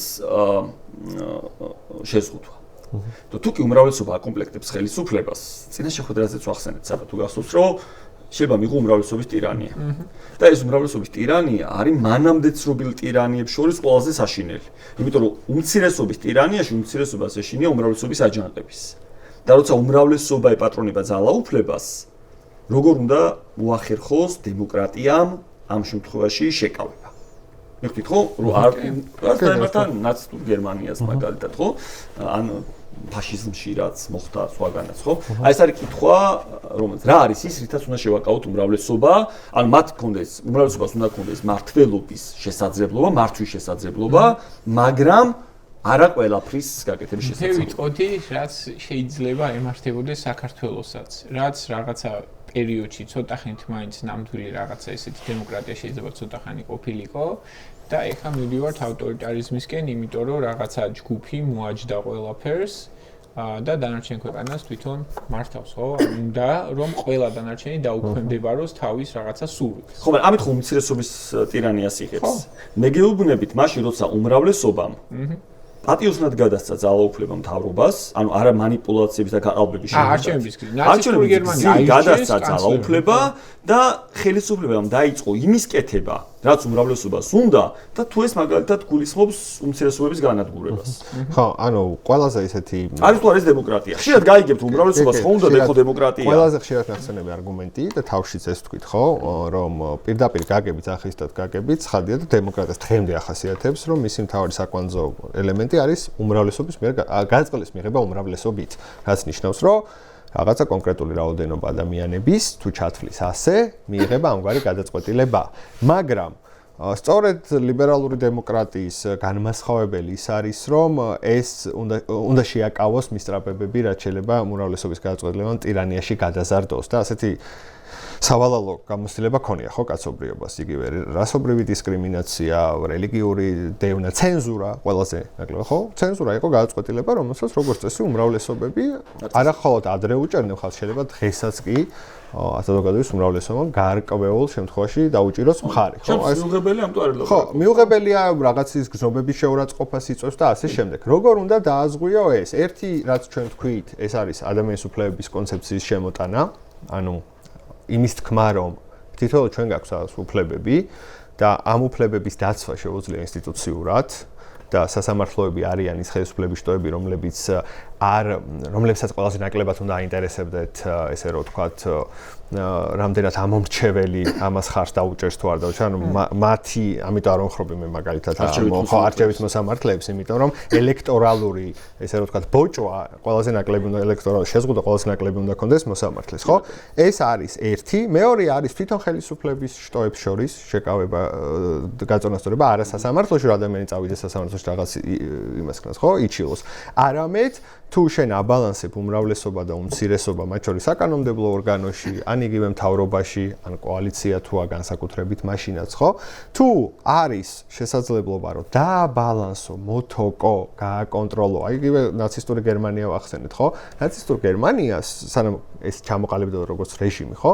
მანამდე ვაიმარის რესპუბლიკას ბევრი ინსტრუმენტი ჰქონდა იმისთვის, რომ ებრძოლა ჯერ კიდევ ჩანასახში მყოფი ნაცისტური რეჟიმის, ხო, რომელიც ღიად აცხადებდა, დეკლარირებდა იმას, რის გაკეთებასაც აპირებდა. უბრალოდ ის არ აღმოჩნდა შესაბამისად ეფექტიანი და ძალიან ხშირად რთულია ამის გაკეთება, ხო?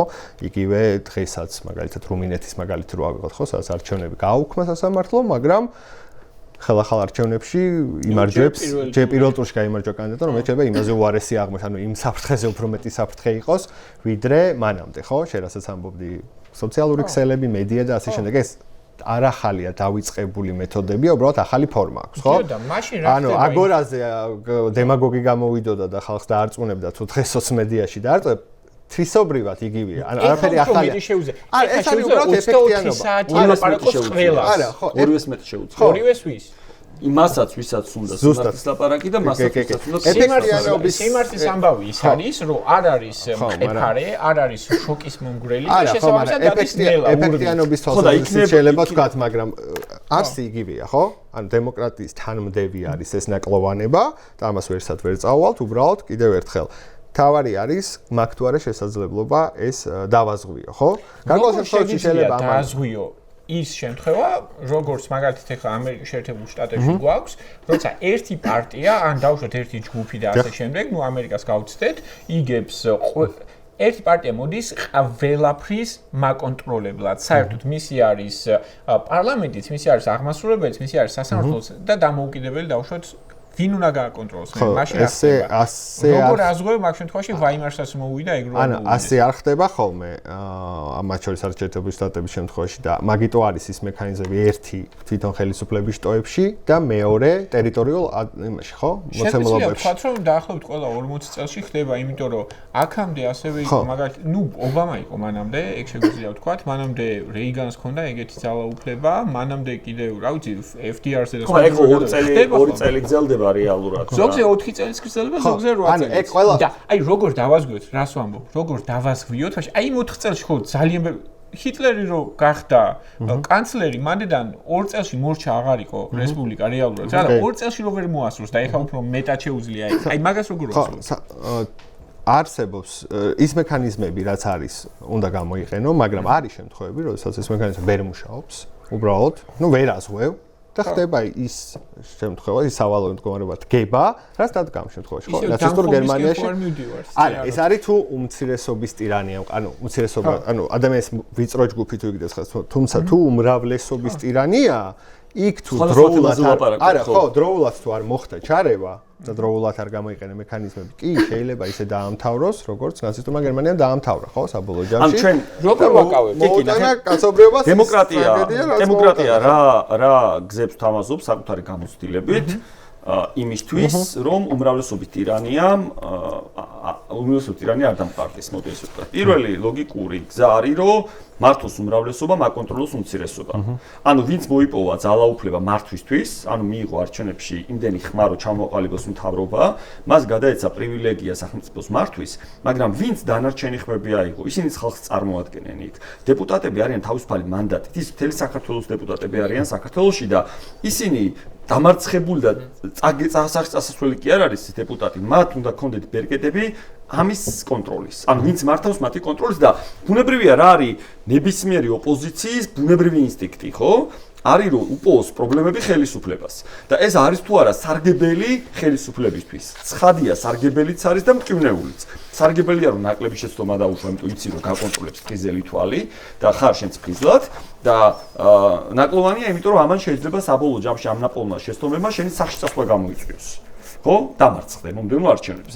ეს არის ერთი. მეორე ეს არის ადამიანის უფლებებით შეზღუდული სახელმწიფო, რაზეც გიორგი საუბრობდა, ხო? ჩვენ თუ კი ვაღიარებთ, რომ ადამიანის უფლებები არის შემოქმედის გამბოძებული ძირითად უფლებებზე როცა ვლაპარაკობთ და ესე არის, ხო? ძირითად უფლებები აქვს ადამიანს, იმიტომ რომ ის არის ადამიანი, ხო? ან შეიძლება შეთანხმების გამო ქონდეს, მაგრამ მნიშვნელობა გვაქვს, ხო? წყარო არის ის, რომ თუნდაც შევთანხმდით, რომ გვექნება და ნახე, არა, მარტივ რაღაცას ვამბობ. მაგაზე ხო შეიძლება ვიკამათოთ. არა, ვიკამათოთ, მაგრამ ანუ ადამიანი რო ხარ, იმიტომ გაქვს უფლებები.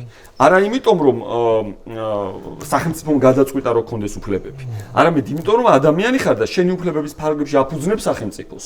ანუ ეგ ძალიან ისეთ ფილოსოფიური საკითხია, ხო, რომ აღმოსავლურ კულტურაში შეიძლება გითხრან უფლება იმიტომ გაქვს სახელმწიფომ გაჩუქა და დასავლური ცივილიზაცია დგას იდეაზე რომ ეხა იქ ჩავიდეთ, ანუ როგორ აკავებ 2 წლის განმავლობაში რო არ იქცე ნაცისტურ გერმანია დემოკრატიას. მე ვამბობ რას ნახეთ, ესე იგი დემოკრატია თავის თავში უნდა ითვალისწინებდეს მექანიზმებს, რომელიც მაგალითად კრძალავს რეფერენდუმის ჩატარებას უფლებების საკითხებს. იმიტომ რომ უფლებები არ მოიპოვება უმრავლესობის ნებით. უფლებები მოიპოვება იმიტომ რომ შენ ხარ ადამიანი. ერთი კითხვა, მანდვე რეფერენდუმი რაში სჭირდება?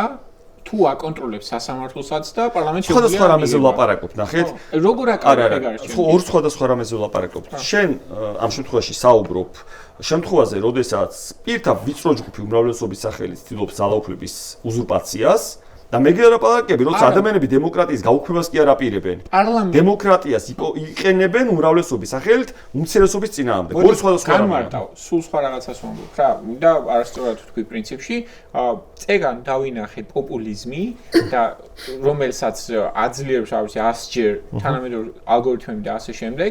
პოპულიზმი როგორც თავარი საფრთხე. ამ პოპულიზმით მოვიდა ვიღაცა პარტია რომელიღაცა ქვეყნის სათავეში მოატყუა ერთხელ რა ამ მრჩეველი ძალიან მარტივად რომ ვთქვათ და მართავს სამივე შტოს და ეხლა უნდა რომ სანამ ისინი მიხვდებიან რომ მოტყუდნენ ხალხი რომ ეს ყველაფერი აქციოს ის გარდაქმნას ისეთ სისტემას, სადაც მათ ძალაუფლებას ხო და სხვადასხვა თემაზე ვსაუბრობ. როგორ მე ვლაპარაკობ არა იმ შემთხვევაზე, როცა გამარჯვებულ პოლიტიკურ პარტიას მიზნად აქვს დასახული, რომ მუდმივად არჩეს ხელისუფლებაში და манипуляციური გზებით დაეპატრონოს ყველაფერს. ამას რას უშვებ? ხო, მოდი ჯერ იმ კითხვას ამოვწუროთ, რაც იყო დასმული და მე გადავიდეთ ამაზე. ეგ არის მე მგონი თავდაცვის უნარიანი დემოკრატიის საკითხი, რაზეც შეგვიძლია რა შეიძლება იყოს ახალი მეთოდები და პრობლემები, ამაზე ვილაპარაკობ. ბევრის დაცვა ცოტა მე ვილაპარაკობ, როცა დემოკრატიას კი არ აუქმებს მოსული პოლიტიკური ძალა, არამედ დემოკრატიული გზით ცდილობს უმცირესობაში დარჩენილი ადამიანების შევიწროებას უმრავლესობის სახელით. აქ როგორ უნდა დაიცვას თავი ადამიანმა დემოკრატიაში.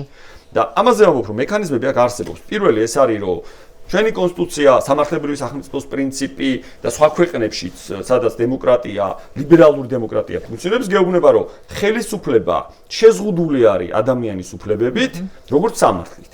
ანუ მას არ შეუძლია თქვას, რომ მე არ ვცნობ ადამიანის უფლებებს და არ შეუძლია თქვას, რომ ამ უფლებების მიუხედავად მე მაინც უმრავლესობის მხარდაჭერა მაქვს და ვაუქმებ. ანუ ეგ არის, რაზეც ვლაპარაკობ. კაი, ეგ ასე. ხო, ეგ არის განსხვავებული საკითხი. ეგ ერთი, მეორე, რაც საბამი კითხა, ხო? ჯერთი ჩარჩო როდესაც დგება, ხო, ეს შეთანხმება, როგორი სახელმწიფო გვინდა. თავიდანვე უნდა ითვალისწინებდეს იმას, რომ ვერ შეძლოს კონკრეტულმა პოლიტიკურმა ძალამ, ადამიანებმა ისე მოვიდნენ ხელისუფლებაში და ისე ჩაიგნო ხელში ყველაფერი, რომ მერე შეცვალონ აბსოლუტურად რადიკალურად ყველაფერი და ამოატრიალონ, ხო? ანუ დემოკრატია გააუქმონ დემოკრატიის სახით. ეს თავიდანვე უნდა იყოს ამის ესე რომ ვთქვათ მექანიზმები ჩადებული, ხო, რომ ეს ამას გამორიცხავს, ხო? ეგ შეიძლება იყოს საარჩევნო მოდელი, შეიძლება იყოს გარკვეული პოლიტიკური პარტიების ფუნქციონირების ჩარჩო, ადამიანის უფლებები, ხელისუფლების განაწება, როგორ აკონტროლებენ შტოები და ასე შემდეგ, ხო? ანუ თავიდანვე უნდა იყოს ეს ჩადე, რომ მაქსიმალურად ეს შეზღუდო. თუმცა 100% ცხადია ვერ დაასხო, ხო? ასევე, თუნდაც ნაცისტური გერმანიის მაგალითს რო გავყვეთ, ხო? ან იგივე მუსოლინის ფაშიზმს. ისინი პირდაპირ არ მოსულან უმრავლესობის ასეთი მხარდაჭერით, ხო? ჰიტლერს 33% ჰქონდა, თუ არ ვცდები, იმ არჩევნებში, და რატომ მიიღო ეს? იმიტომ რომ სხვა აქტორები ვერ შეთანხმდნენ, უბრალოდ არჩიეს, რომ მისთვის მიეცათ კანცლერობა, ისევე როგორც იტალიაში მოხდა მუსოლინის ჩააბარდა და მერე უკვე მიიღო მან, ესე რომ ვთქვათ, ლეგიტიმაცია, ხო? ანუ ესე ამით იმის თქმა მინდა, რომ თავიდანვე ასე არ ხდება, რომ ვიღაც 90%-ით მოდის და იღებს მანდატს, რომ გააუქმოს ახლა არსებული სისტემა, ხო? იმიტომ რომ, როდესაც ჩვენ და რატო გვინდა, რომ ჩვენ კარგი კონსტიტუცია გქონდეს, რატომ გვინდა, რომ ინსტიტუციებმა იმუშაონ, რომ თავიდანვე მინიმალური მინიმიზება მოხდეს ამ რისკების. თავიდანვე არ მიეცეს საშუალება პოლიტიკურ ჯგუფს, ან ადამიანთა გუნდს, რომ თუნდაც პოპულიზმით ან სხვა მაქინაციებით შეძლოს ყველაფრის შეცვლა. როგორც წესია, ემპირიალსაც თუ დააკვირდები, როდესაც ისინი წყვეტენ, რომ მთლიანად სისტემა მოაყირაო, როგორც წესი. ხო, იმ გამოთქმის არ იყოს, ხო, ცოტა ხანი შეგიძლია ბევრი მოატყუო და ცოტა მოატყუო დიდი ხანი, მაგრამ ყოველას ყოველთვის ვერ მოატყუებ. როგორც წესი, ეს მოკლევადიანი, ესე რომ ვთქვათ, მომენტუმია, როდესაც ისინი მე ძალაუფლებას თორემ შემდეგ უკვე იწყებენ და ეს უკვე დიდი თემაა და ალბათ ცალკე საპოდკასტზე და გირჩევთ რომ გააკეთონ, როგორ ჭამენ საკუთარ შვილებს მე ავტორიტარები და დიქტატორები, ხო? როგორ ყლაპავენ. ამიტომ ეს უნდა იყოს, ეს არის დაზღვევის თუმცა საბას მოცემი რაც არის ძალიან სწორი იმაში, რომ ცხადია თანამედროვე ტექნოლოგიების, მათ შორის სოციმედიის პირობებში დემოკრატიებს ახალი გზები აქვს მოსაძებნი საკუთარი თავის დასაცავად. ეხლა ჩვენ ვიცით, რომ არის სახელმწიფოები, რომლებიც ამბობენ, რომ ამბობდნენ და მე მაინც ამ იდეაზე ვrჩები, რომ იქ სადაც სიტყვა შეიძლება დაუპირისპიროს სიტყვა, დუმილის დაწესება უფრო დიდი დანაშაულია, ანუ აკრძალვა რაღაცების უფრო დიდი დანაშაულია, ვიდრე თავად ამ სიტყვამ შეიძლება დანაშაული ჩაიდინოს. მე ამ იდეის ერთგული ვrჩები. არა, მე ამ იდეის ერთგული ვrჩები, იმიტომ რომ ამ იდეამ ბევრჯერ იმუშავა. აი, როცა კომუნისტები მოვიდნენ რუსეთში და მე შექმნეს საბჭოთა კავშირი, მაშინ ასეთივე გამოწვევით წინაშე აღმოჩნდა ამერიკა თავის დროზე. და დაჯადი იყო, ხო? კომუნისტური პროპაგანდა იყო სამართლის დაჯადი. და ამბობდნენ, რომ ამით უნდა დავიცვათ სახელმწიფო, მაგრამ საბოლოო მაკარტიზმის დროს თუნდაც მე 60-იანი წლების ბოლომდე ფაქტობრივად შეგვიძლია ვთქვა. ეიზენჰაუერამ 60-იანი წლებამდე ესე უფრო სწორი იქნება ალბათ. ხო, ეიზენჰაუერი იყო 60-მდე, ხო? ეიზენჰაუერი იყო ტიპი, რომელსაც სძულდა მაკარტი და მაგარი უზრუნველყო, რომ მაკარტი გაექრო საერთოდ თავის იდეოლოგიას. ხო, ანუ უბრალოდ წელს ვაზუსტებდი ახლა. და რატომ ამბობ, ნახე, მაგრამ მიუხედავად ამისა, ჩვენ თუ კი ვიტყვით, რომ სიტყვის თავისუფლება და ზოგადად სიტყვასთან სიტყვის დაპირისპირება ამოწურა საკუთარი თავი და ეხლა დრო არის დემოკრატიებმა ვარი თქვან სიტყვის თავისუფლებაზე ისეთზე რომელიც მას სიტყვით ანგრევს, ანუ დემოკრატია სიტყვით ინგრევა, თუკი ამას დავარქვევთ სიტყვას, მაშინ თავად დემოკრატია იმით დაინგრევა, რომ სიტყვა აღარ იარსებებს. იმიტომ რომ არა, არ შეიძლება ვერ დაიჯერო, მაგრამ დემოკრატიის დაფუძნება და ახალი ტიპის მართლობის ძებნა სწორედ იმას უკავშირდება, რომ ადამიანებს უნდა თავისუფლება. ახალ ტიპს ანუ ეგ მესმის, მაგრამ შენ ყავს ახლა ქვეყანა თქვა ჩვენს მაგალითად ჩრდილოეთით, რომელსაც რუმინეთში რა გააკეთა, ხო? ანუ ათეულობით მილიონი მარტო TikTok-ის იუზერი ყავდა, რამდენი ვიდეო იყო ეგ არ ვიცი, ხო? ანუ შენ ყავს ადამიანი, სახელმწიფო, რომელიც შენს ყველა მოქალაქეს ფაქტობრივად ყველა სოციალურ ქსელის მეშვეობით ელაპარაკება 24 საათი და ეუბნება იმას, რაც უნდა რომ უთხრას. შენ თუ ეს არ აკრძალე, შენ თუ იმათი გავლენის აგენტებს არ მიხედე და ეს არ ამაზე პასუხი არ არის კონტრდაზერვის არა, ნახე, მან მივდივართ ეგეთ საკითხთან. თუ ვილაპარაკობთ, რომ სხვა სახელმწიფო შენს მოქალაქეებს ელაპარაკება შენი მოქალაქეების მეშვეობით. ნახე, არა. თავისი აგენტები ყავს. ნახე, პრინციპი დავსვათ. თუ კი ვინმე ან სხვა სახელმწიფო ვინმეს ალაპარაკებს შენთან იმისთვის და ფულს უხდის ამაში, რომ ილაპარაკოს იმ სხვა სახელმწიფოს სახელით, ან ის რაც იმ სხვა სახელმწიფოს ჭირდება შენთან და ამით ძირს უთხრი შენს დემოკრატიას, შენ შეგიძლია, ანუ გააქვს შესაძლებლობა ამისი, რომ ამას დაუპირისპირდე ისეთი მექანიზმებით, რომელი მექანიზმებიც სიტყვას სიტყვითვე დაუპირისპირდება. ან როგორც კი შენ ამბობ, რომ მაშინ შეუძლია მას ადგეს და აკრძალოს რაღაცები ქვეყანაში. ამ აკრძალვებს არ შენ თავად შეიქმნი, იმიტომ ეს ცნუნება მე ძალიან ახლოს ხარ ცნუებას და რომ ყველაფერი აიკრძალოს. ეგ მესმის, მაგრამ ხო, ანუ ეგ არ არის გამოსავალი ჩემი აზრით. ოღონდ წეგან აკითხვას დავსვი, ანუ ამაზე ვერ შევთანხმდებით, მაგრამ მართლა რაც მაინტერესებს რა, თქვენ კონსტიტუციონალისტები ხართ მე, ჩემი სიტყვა. რუმინეთის მაგალითი ხომ მოყევით ეხან. მეტი კარგი მაგალითი რა გინდა, აკრძალა და უარესი მიიღო. არ მიუღია უარესი, რუმინეთს, აი, ნახავთ მეორე ტური როგორ ჩაივლის, პირველ 20%-ით გავიდა მეორე ადგილს და 40-ით ლეპენმაც მოიგო საფრანგეთში, მაგრამ წააგო, ანუ მეორე პირველ არჩევნებში რო ჩატარდა, პირველი არჩევნები რო ჩატარდა რუმინეთში, შედეგი იყო მსგავსი. ანუ პირველ ადგილზე გავიდა ისევ ოპოზიციური კანდიდატი, მეორეზე გავიდა სახელმწიფო კანდიდატი, ესე დავარქვათ, ხო? და სხვაობა იყო ნაკლები მათ შორის. კი. ეხლა არის უფრო მეტი. კი. და ამიტომ როგორ ვთქვათ, რომ პრობლემა მოგვარდა იმის გამო. ანუ იმ ადამიანებს ვისაც ჯერა, არა, ხო და ნახავთ. რუმინეთზე გავჩერდეთ ცოტა ხანი. ჩემი კითხვა რაც იყო. კი, უბრალოდ იმაზე მიპასუხეთ რა. იმიტომ რომ მაგაზე ვერ მივიღე პასუხი. და სხვანაირად დავსვან. აი, თქვენ ხართ ახლა თქვენ წერთ კონსტიტუციას დაუშვათ. თქვენ ორივე. და მე გეუბნებით, რომ აი ამ კონსტიტუციაში მინდა ჩავწერო ერთიან სიტყვაზე ორი მექანიზმი, რომელიც დამაზღვევს, რომ მე არ ვიქცე უმრავლესობის ტირანიად, როცა ერთი რომელიღაცა პარტიას მაგრად გაუმართლებს, ან მოატყუებს ხალხს და 2 წელი აქვს იმისთვის, რომ გადაიყვანოს ეს ქვეყანა დემოკრატიულიდან სხვა რელსებზე. რას კონკრეტულად, ანუ ეგ მესმის, რომ ადამიანის უფლებები შეიძლება ჩაწერო, მაგრამ პრაქტიკულად ეგ ვერ იმუშავებს სიტყვაზე, იმიტომ რომ რაღაც სასამართლო იმათია და ასე შემდეგ. რას ჩადებდით, რა ისეთ მექანიზმს ჩადებდით, რომ აი ეგ 2 წელში დემოკრატიის დაკარგვა და ტირანიად ქცევა აირიდო თავიდან. მე ვიზამდი ორ ამას. პირველი, ეს არის, რომ დავუბრუნდეთ საპრეზიდენტო რესპუბლიკას, როგორც მართლობის უნდა და თავიდანვე ვფიქრობდი, რომ ეს იყო არასწორი მისი გაუქმება. და მეორე ორპალატიან პარლამენტს. სენატი და კონგრესი. კი, როგორც წერია, რომ მომავალში უნდა იყოს სირიაში რა, რესპუბლიკის საბჭო და ხო. პლუს ამას სასამართლო აი, პირველი გასაგებია შედარებით, მეორე რატო არის ეგეთი საკვანძო? იმიტომ რომ რა არის იდეა, ხო? ერთი ნაწილი რესპუბლიკის საბჭო ესე დავარქვათ, აირჩევა პროპორციული წესით, სრულად პროპორციული წესით და ისინი გამოხატავენ მთელი საქართველოს მოსახლეობის პოზიციას და აქ რო სამართლიანი უნდა იყოს, ეხლა ამაზე აღარ ვლაპარაკობ არჩევის წესი და მეორე ნაწილი წარმოადგენს თითოეულ რეგიონს. ანუ შეიძლება იყოს მუნიციპალიტეტი, შეიძლება იყოს უფრო მსხვილი. გააჩნია რაოდენობა, რამდენი იქნება. და შეიძლება იყოს 2 თითო რეგიონიდან, ხო, როგორც ახლა ამერიკის სენატის შემთხვევაშია. და მათი რა იყო, ხო, ამერიკაშიც ასეთი მოდელის შემოღების იდეა, რომ პატარა შტატებს არ დაკარგოდათ ხმა, ანუ მათ ჭირდებოდა დაცულობა სხვა შტატებისგან. იმიტომ რომ არ უნდა ყოფილიყო ისე რომ დიდმა რაოდენობრივად მოსახლეობით დიდმა შტატმა ფედერალური მთავრობის მეშვეობით ისეთი რამე გადაწყვიტა, რაც პატარა შტატის ინტერესს დააზიანებდა. რატომ წარმოიშვა კონფლიქტი მათ შორის? ეს ჩვენ კი ვამბობთ, რომ ეს მონების საკითხი იყო. კატეგორიის ამბავს ამბობ. ხო, ანუ ეს დაპირისპირება სამხრეთის და ჩრდილოეთის შტატებს შორის, მათ შორის იყო რასთან ერთი, ეს იყო დაკავშირებული საყოველთაო საარჩევნო უფლებასთან. კი. რასაც ჩრდილოეთში მაინდა-მაინც ხარს არ უჭერდნენ და უფრო სამხრეთის ამბავი იყო და მეორე იყო, რომ რეგულაციებს ის რაც გავცდებოდა სამხრეთზე, უდგენდა ჩრდილოეთი, იმიტომ რომ ჩრდილოეთის ეს იყო მომგებიანი. ხო, ასევე მეცნი იყვნენ და ნუ შემოდიოდა ასევე ფედერალური მთავრობის ძალაუფლება რამდენად შეიძლება გავრცელებულიყო.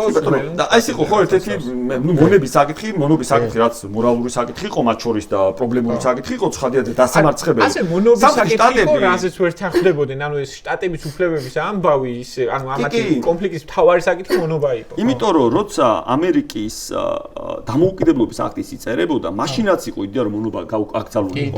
და შეთანხმება ვერ მოხდა და გადაიდო და რატო გადაიდო, რაც გადაიდო, ითქვა რომ ამისა ვერ გადაწყვეტ ფედერალური ხელისუფლება, იმიტომ არა გადაწყვიტა შტატმა და ეხლა რატომ იწყვიტა ეს იყო. თუმცა არავინ ამართებს მონობას ცხადია და გასაუბრებელი იყო და ის ომიც ესე ვთქვა, რომელიც ყველაზე სისხლძვრელი ომი აღმოჩნდა საბოლოოდ ამერიკელებისთვის, არის ფასი, რომელიც გადაიხადეს თავისუფლებისთვის, ესეც შეგვიძლია დავინახოთ ეს. ან თავისუფლებისთვის, ან თავიანთი წინააღმდეგობის გამოსასწორებლად. ცხადია, ნუ ამ ელემენტებს ნუ თალკე გამართულ სასამართლოსთან აფიცაჯულებსაც თუ მივამატებთ ერთი ეს. ხო, ეს ნაწილია და მეორე მნიშვნელოვანი ასევე მე დავამატებდი პრინციპს, რომელიც აუცილებლად უნდა იყოს და ჩემი აზრით ბევრად აზღვევს ხოლმე ძალაუფლების უზურპაციას, ეს არის რომ რაც შეიძლება გადაწყდეს ადგილზე, არ უნდა წყლებოდეს თბილისში. და თუ ადგილზე ადამიანებს მივცეთ საშუალებას, რომ მიუხედავად თავისი რისკებისა, შეიძლება გერჩივნოს, რომ ბევრი სხვადასხვა პატარა ის ყავდეს, რა ქვია?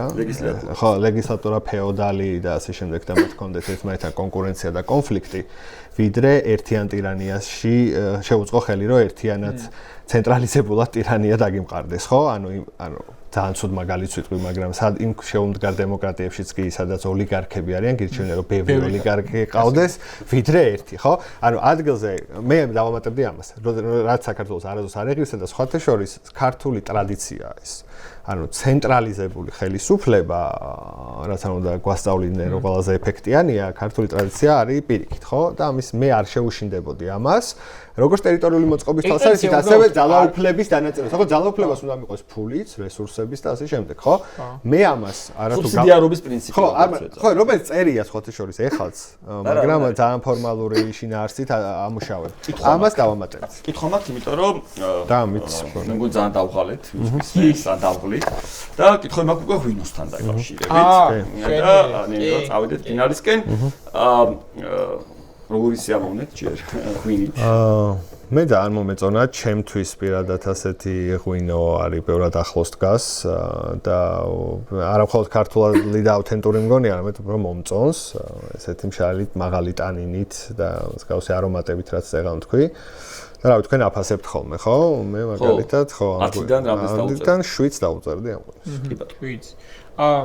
ამ ღვინოზე ვიტყოდი იმას, რომ მოკლედ, ჩემთვის სუბუქია რაღაცნაირად, ნუ წინასთან შედარებით შეიძლება, მაგრამ მაინც შეიძლება ისე სუბუქია. ხო, და აღმოსავლეთ საქართველოს ამ მგონია, კახეთიან ქართლის რაღაც რა, არ ვიცი. და შესაძლოა მიხარია რომ სუბუქი იყო, იმიტომ რომ ეს ცოტა მძიმე ყოფილიყო ჩვენ შეიძლება. ეს სუბუქი იყო წინასთან შედარებით.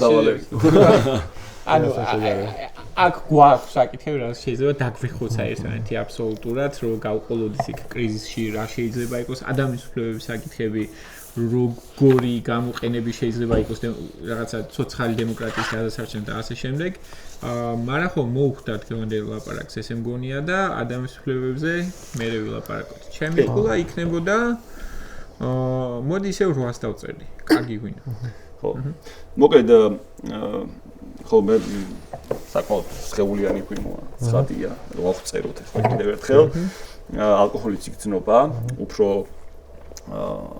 ტონებიც რომელიც არის უფრო აი წასული არის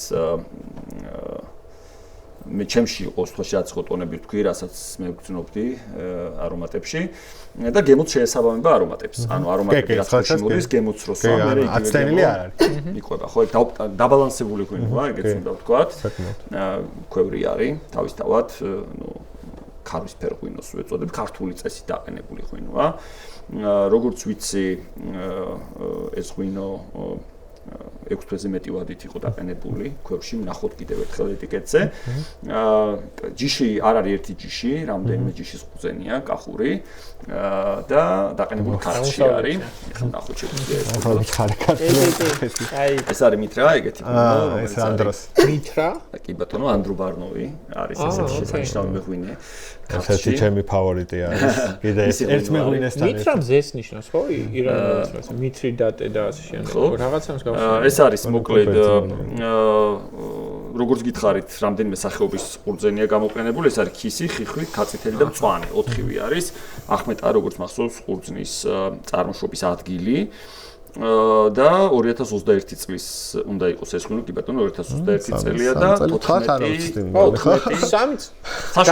გამოვიცანი. 14 გრადუსი აქვს ალკოჰოლი, რაც ბევრია თუ ცოტა. შალ ღვინოებში, ქვევრის ღვინოებში 13-დან ზევით არის ხოლმე როგორც წესი, 14 არის აბსოლუტურად ნორმალური. 2021 წელია როგორც თქვი, ქვევრის არის ეს ღვინო და რამდენი ხანია დავარგებული არტარია, ხო? მაგრამ აშკარად ეთყობა რომ ტროპიკულ ხილს სახწერს თავად როგორც არომატებს დამყენებელი და ასევე ერთგვარად თაფლის ცვილის არომატიც ესე ვთქვა შეიძლება იყოს. აი მარაკუია, ვერ ვიგრძენი, მარაკაი ღვინოა. კი, ნამდვილად კარგი ღვინო არის. ხო, აი დავარგების, უხარში ჭაჭასთან გაჩერების მე მგონი ვერ ვიპოვე, მაგრამ არა უშავს ეს არაფერს აკლებს ამ ღვინოს, ქვევრი რო ფაქტია რომ ქვევრია და ჭაჭასია დაყენებული. მოგეთ გავმარჯვეთ ჩვენ შეხვედრას კიდევ ერთხელ. მადლობა დემოკრატიას და დემოკრატიულ გარემოში დაყენებულ კარგ ღვინოს და მეღვინეებს. მადლობა ანდროს ამ შესანიშნავი. მადლობა გიოს იმისთვის რომ მადლობა თქვენ მეგობრებო. კი, მადლობა გიორგი. გავგმირჩ. ავადრო. პოდკასტ დასასრულს კი კიდევ ერთხელ ვიტყვი რომ თუკი ჩვენი ყურება გინდა და გაინტერესებთ რასაც ვაკეთებთ, გამოგვიწერეთ YouTube არხზე მისმინე და ამავდროულად ძალიან გაგვეხარდება თუკი შეკითხვებსაც დაგვიტოვებთ კომენტარებში, რომელზეც მე და საბა აუცილებლად გიპასუხებთ ხოლმე. აბა, გავგმირჩ.